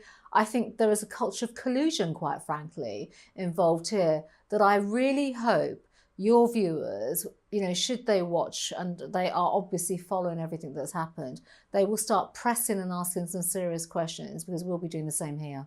Do you think Boris Johnson's political career is over, or are they so scared of him because he is arguably the only Conservative who could beat Keir Starmer at the next election? Well, I think, obviously, and I will say this with a degree of, you know, great conviction and support for Boris. I worked on both of his mayoral campaigns. I had the greatest privilege to be part of his general election campaign in 2019. Of course, he reaches parts of the public, the country, that others find quite difficult. And I say that collectively. It's quite hard when you're a member of parliament to, you know, appeal sometimes outside of the box or outside of the M25 if you're a Conservative sometimes as well. He has that, and he has great skill, and I have a lot of respect for him as well. He's the man that got us an 80-seat majority. Can't take that away from him, and you can't forget that as well. That speaks to his broad appeal. And also, I think the fact that he is a force of nature as well, his personality, the way he engages with people, and I think his own personal experiences, that he was a Prime Minister that took us through the pandemic. Whatever one thinks about the government's response to the pandemic, he was very sick during that time, carried on governing, made some tough decisions, got us the vaccine, you know, really turned things around for us. And I think people should just really remember, that's what strong leadership is about, and good leadership too. And, you can't just start airbrushing all of that and trying to diminish someone's reputation through a small committee, with individuals obviously that may, have a particular point of view or an agenda to push forward. Yeah, and Sue Gray, who published that report, Keir Starmer has not even been prepared to reveal when he started talking to her about hiring her in a political role. I mean, that feels corrupt to me. So I use the word collusion. You've just used the other word as well, and corruption. I think the public would expect better, quite frankly, in terms of transparency and accountability. Politics isn't a game. No. This is about public service and how we serve our country and the British people. And with that, I think there are some serious questions that obviously Keir Starmer and the Labour Party should really be held to account over, along with others. This didn't magic itself up overnight. There's clearly a lot of history that's gone on, and I think actually greater scrutiny needs to be given to that. Including some in your party. But look, we will see what happens on Wednesday. Let's hope there is a fair outcome. Exactly. Former Home Secretary Priti Patel, such a pleasure to have you on the show. Dan. Thank you. And breaking tonight, Boris Johnson has been reselected as the Tory candidate for Uxbridge and South Ruislip with a majority of 7,210. So he ain't going anywhere yet. Coming up in Uncancelled, with Gary Lineker's agent claiming he had a special arrangement with the BBC to allow him to tweet about political issues, including migrants.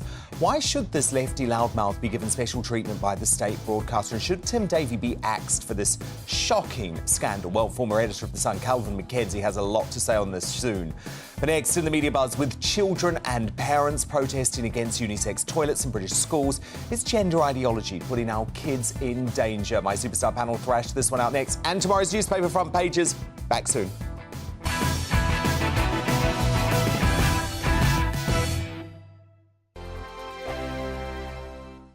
I joined GB News because I was sick and tired of not hearing my views being represented, not just mine, but so many people that I knew and spoke to. I just couldn't get my voice out there. I couldn't say anything. I couldn't do anything. Whatever the narrative was, I kind of had to follow it. GB News is there to provide a voice for those who have been ignored by the establishment media. We think different things, we've got a different style. GB News is here to be optimistic and positive about the future. It's real kind of dynamic and flowing, with the audience very much at the heart of it, like a big family.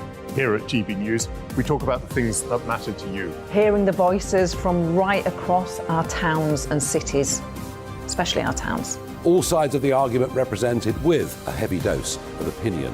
We're on a mission here to make a difference. And the GB News family really is here for you, and whatever time of day you can watch or listen. Britain's watching. Britain's watching.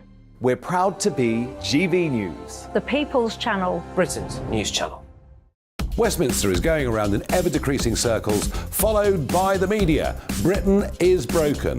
How on earth did we get into this mess? But more importantly, how do we get out of it? Join me at 7 p.m, Mondays to Thursdays on Farage, here on GB News. We will have open, rational debate. We've got to work out how Britain moves forward from this. Join us here on GB News, the People's Channel. Britain is watching.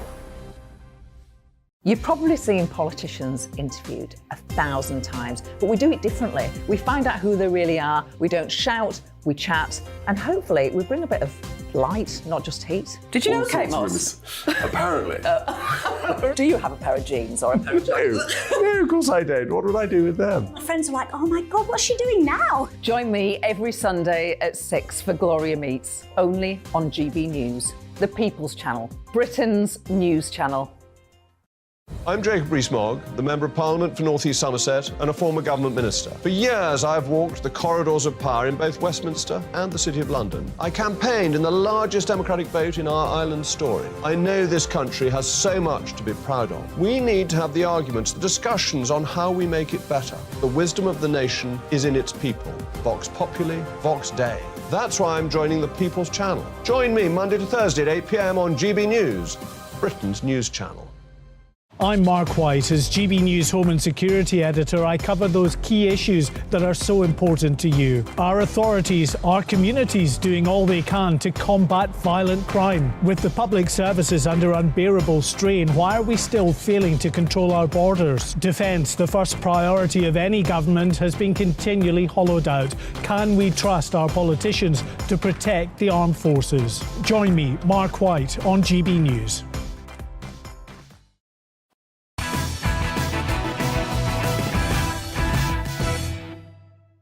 Tomorrow's news tonight now on the Media Buzz. More front pages, and The Times is leading with today's NHS pay deal as the unions back the 5% pay rise for over 1 million healthcare workers. But The Telegraph goes with Jeremy Hunt's Back to Work drive being threatened by Labour as the Shadow Chancellor, Rachel Reeves, prepares for a tax raid on up to 2 million pension pots. And that could be what we have around the corner.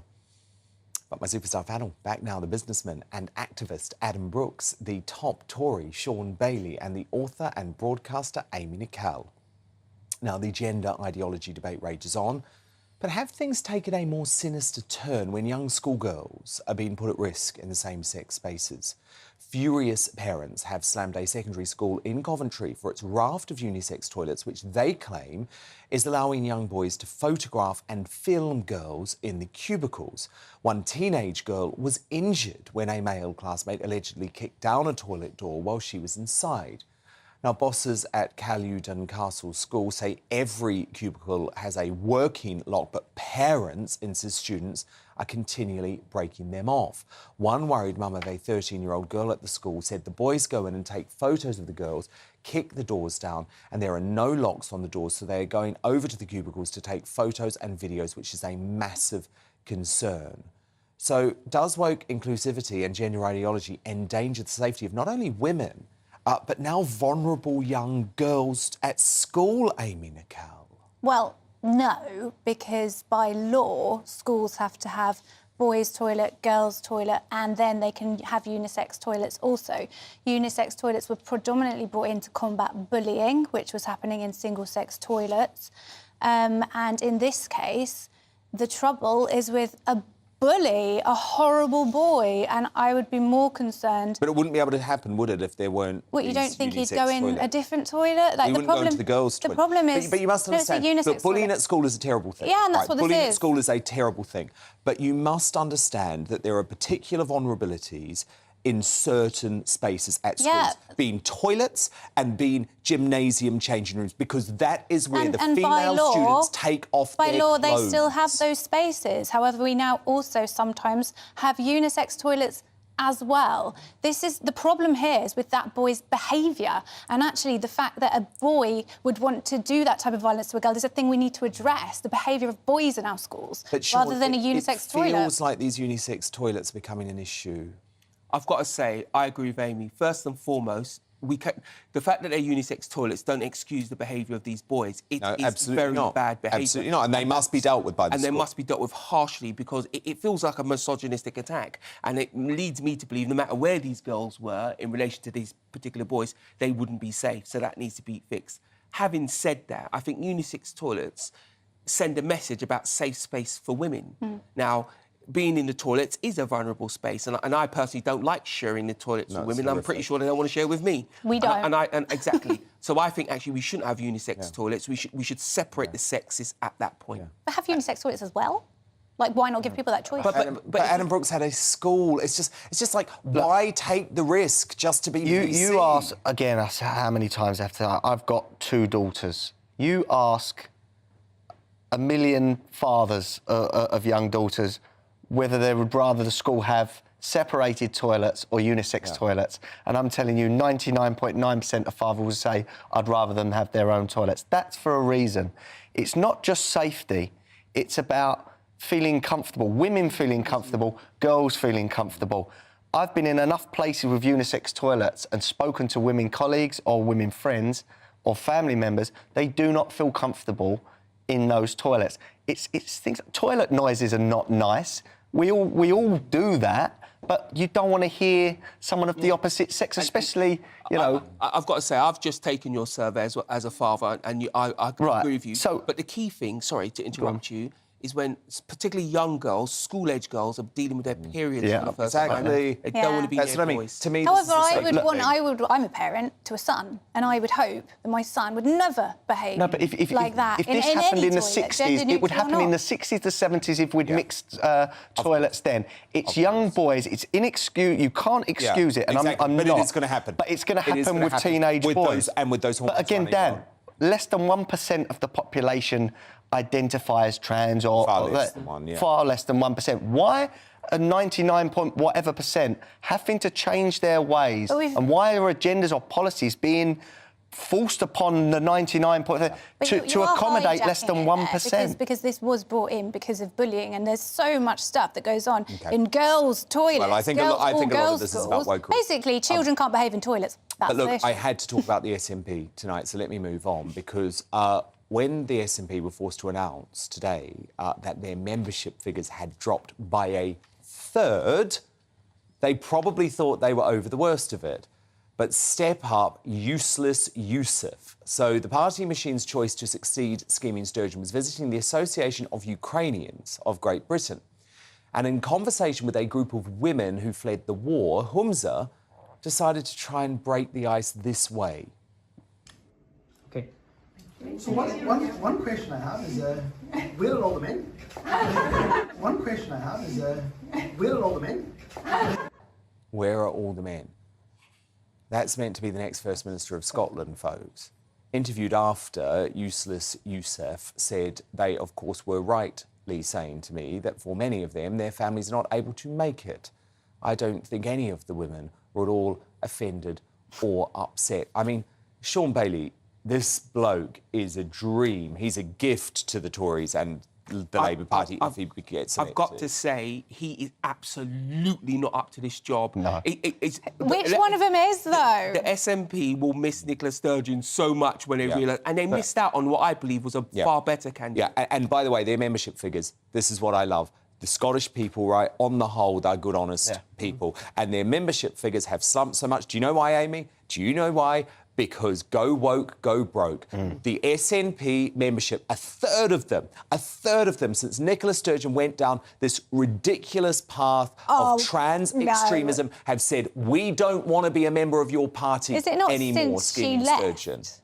No, it's not. Actually, this is since the last time they announced. No. This is since the last time they publicly announced their membership. Back then, right, it was well over 100,000, and they denied it. They said, "Oh, we're very close." No. Today they've had to admit it. They're at about 70,000. Over 30,000 members have walked with their wallet, and they will not support the wokery of the SNP. Let's just remember, this is the same guy that was the Transport Minister and didn't have car insurance. Yeah.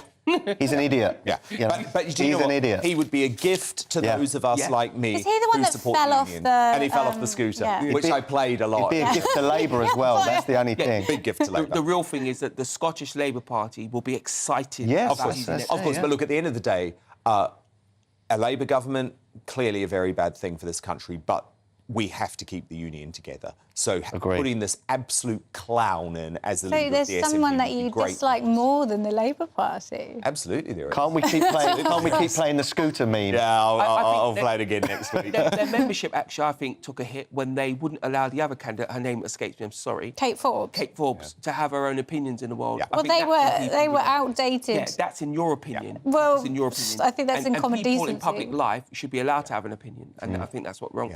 Also, very good news for Alex Salmond, of course, who is the independent bloke in Scotland who doesn't want to go down the woke path. Amy Nicole, Sean Bailey, Adam Brooks, do stand by, because coming up, was Donald Trump wrong to claim the Queen kissed his ass in a new book? We'll discuss the Donald's latest memorable outbursts as we reveal the last greatest Briton and union jackass of the week. But next, in Uncancelled, as Gary Lineker's agent alleges he had a, quote, special arrangement with the BBC to allow tweets on political issues like migration. Why does this fading footballer think he deserves any special treatment? From the state broadcaster, Fleet Street legend Calvin McKenzie has a lot to say on this. He thinks the BBC Director General has to go now, and I want to know why we weren't told about this. Lots to unpick. Calvin McKenzie here live with me in just 2 minutes' time.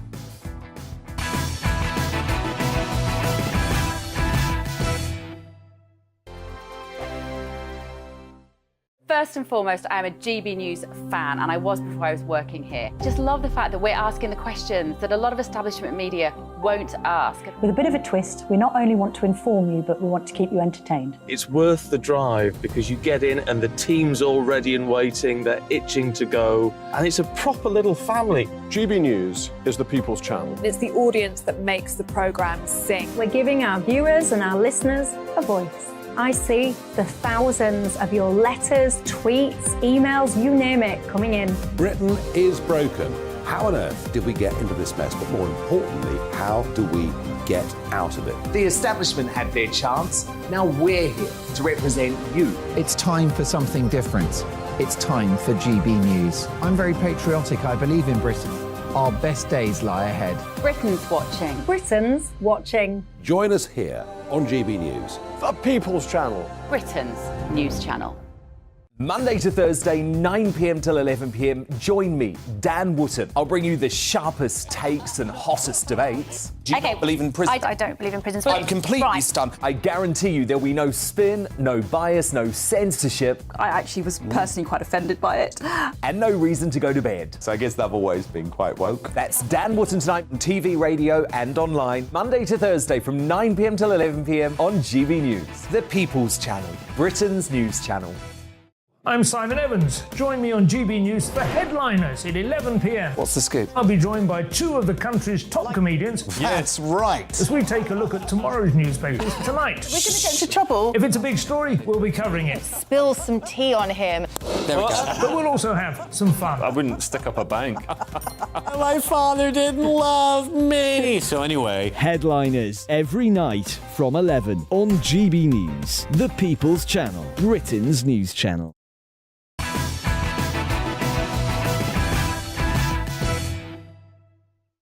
And it's time now for Uncancelled. And this is where Britain's top commentators speak out on controversial issues without the fear of the cancel culture sweeping the rest of the media.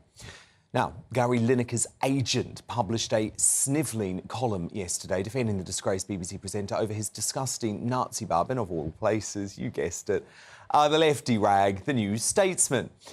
And he shockingly revealed that Gobby Gary had a, quote, special agreement with the BBC Director General Tim Davie to tweet about refugees and migration because of his passionate interest in the issue. But what I want to know is why we weren't told about this secret deal between Lineker and the BBC's DG. Surely this revelation now makes Tim Davie's position at the Beeb untenable. Well, joining me tonight to discuss this, former editor of The Sun, Calvin Mackenzie. Calvin, dodgy deals made behind closed doors between the BBC boss and its biggest presenter. Can you believe this is how our state broadcaster is being run? No, it's shocking, and it also makes him a complete idiot, Davie, because in the end of the day, he also stood Lineker down. But this appears to be happening all over the place. I mean, there was a guy on the media show on Radio 4 today who a senior BBC guy saying this kind of arrangement goes on all over the place. It goes on with Alan Sugar, by the way, who right now is not allowed to say anything because he's on The Apprentice, but he is allowed to say political stuff, and there is literally an agreement between everybody. What is going on? So you've got this great panjandrum, the Director General walking around and say, yes, you can talk about refugees, you over there can talk about trans, over there, nothing to Labour from you. It is ludicrous. And actually the reality is we are shareholders, it's our money. Nobody has the right to hand out political patronage on certain subjects. And I give it to Lineker, right? All he is saying is, actually, I know John Holmes, right? That's the agent. He writes will be 100% the agent, right? What he writes will turn out to be 101% true, right? He is a very clever, rather straightforward agent, actually, bizarrely. But so there's not many of those. No, you're quite right. You know, you won't find him on housing benefit, having been Lineker's agent now for, I'm just trying to work out, 42 years. Oh, so wow. you know, Wow. he but these are extraordinary things, and he He did say to them, if you suspend him, there will be nothing but trouble about all this. So he was right about that as well. But why would Davey do that, knowing that he had given this undertaking to Lineker in the first race? What right has the Director General to say to his freelance staffs, or if HMRC have their way, employed staff, you can say this, but you can't say that? Or if you're not in the golden and gilded circle within the BBC, you're done for. You know, it is this kind of patronage which is completely wrong and makes, my view, Davey, completely the wrong man to lead this corporation. We need somebody who is used to actually saying, this is what we're going to do, and go ahead and do it. And what we have in Davey is somebody who actually bends at the knee depending on how famous or how much use you are to the BBC. And that is absolutely wrong. I'm not in favour of Alan Sugar being given any rights either.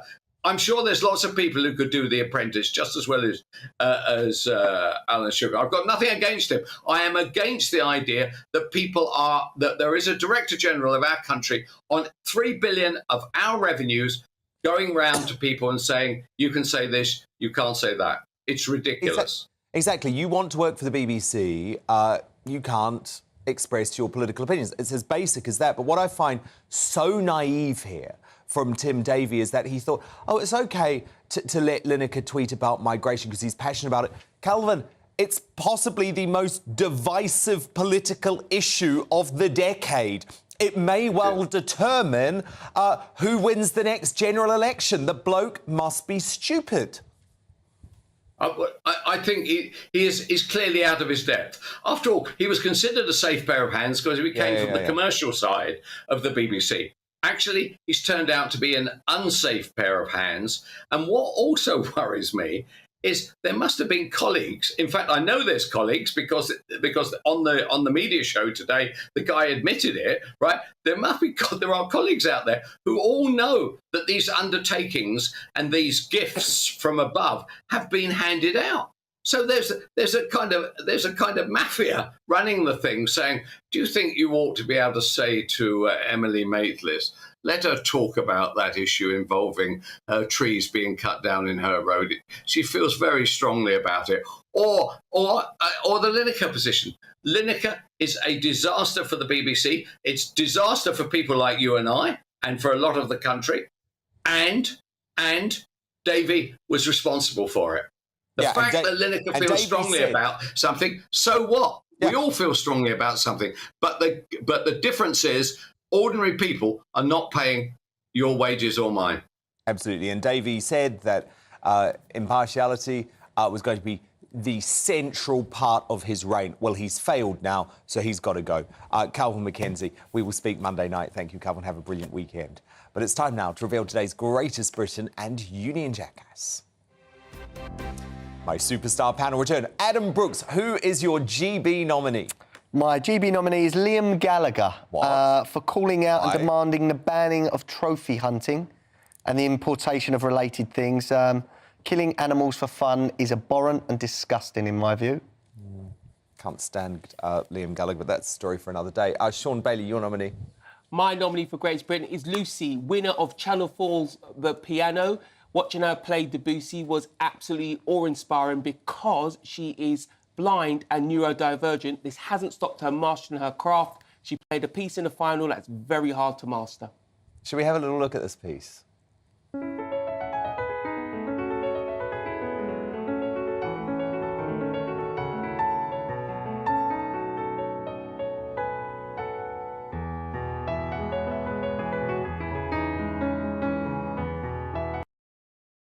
Oh, wow, that's the first time I've seen that. Absolutely mind-blowing. Incredible. Amy Nicole, your Greatest Britain nominee. Well, it's something that's also going to blow your mind. So a lot of big names have come out in support of the strikes. And today, who should be on the picket line on the NUJ strikes but Paris Hilton? Amy, you're being intellectually dishonest, aren't you? The stars are clearly not blind for workers' rights. OK, I think you're being intellectually dishonest here, Amy, because from what I'm told, she was turning up for a radio interview, and there she is. On picket line.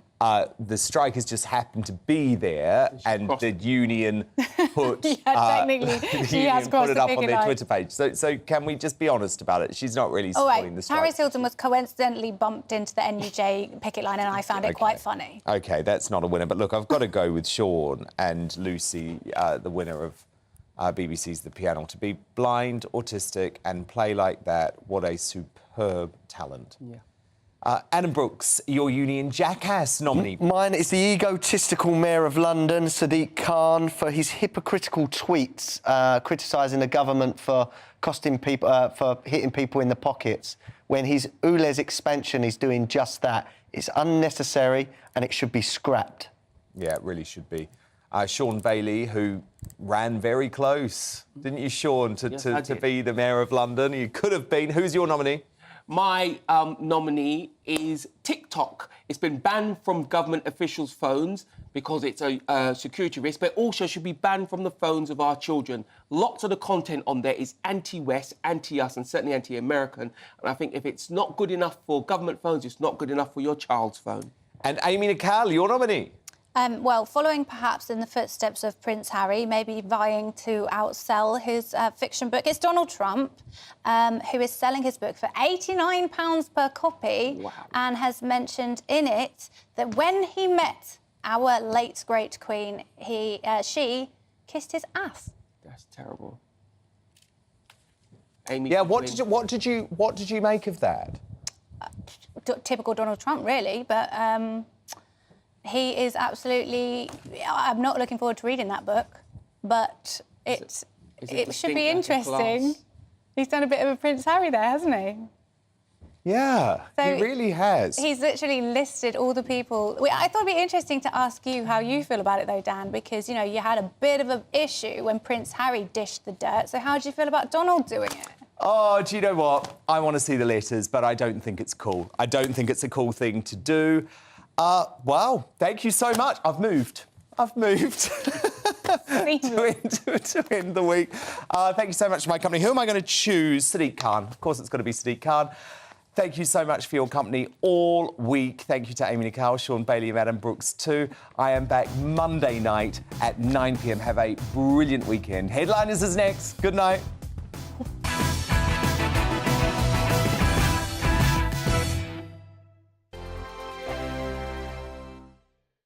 First and foremost, I am a GB News fan, and I was before I was working here. Just love the fact that we're asking the questions that a lot of establishment media won't ask. With a bit of a twist, we not only want to inform you, but we want to keep you entertained. It's worth the drive because you get in and the team's all ready and waiting, they're itching to go, and it's a proper little family. GB News is the people's channel. It's the audience that makes the programme sing. We're giving our viewers and our listeners a voice. I see the thousands of your letters, tweets, emails, you name it, coming in. Britain is broken.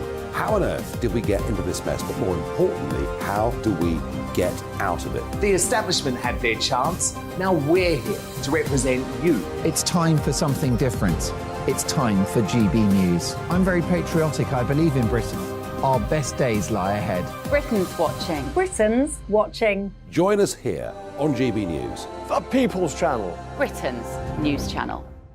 I'm Andrew Doyle. Join me at 7 o'clock every Sunday night for Free Speech Nation, the show where I tackle the week's biggest stories in politics and current affairs with the help of my two comedian panellists and a variety of special guests. Free Speech Nation, Sunday nights from 7 on GB News, the People's Channel, Britain's news channel. Here on GB News Live, we'll be keeping you in the picture, finding out what's happening across the country and finding out why it matters to you. We'll have the facts fast with our team of reporters and specialist correspondents.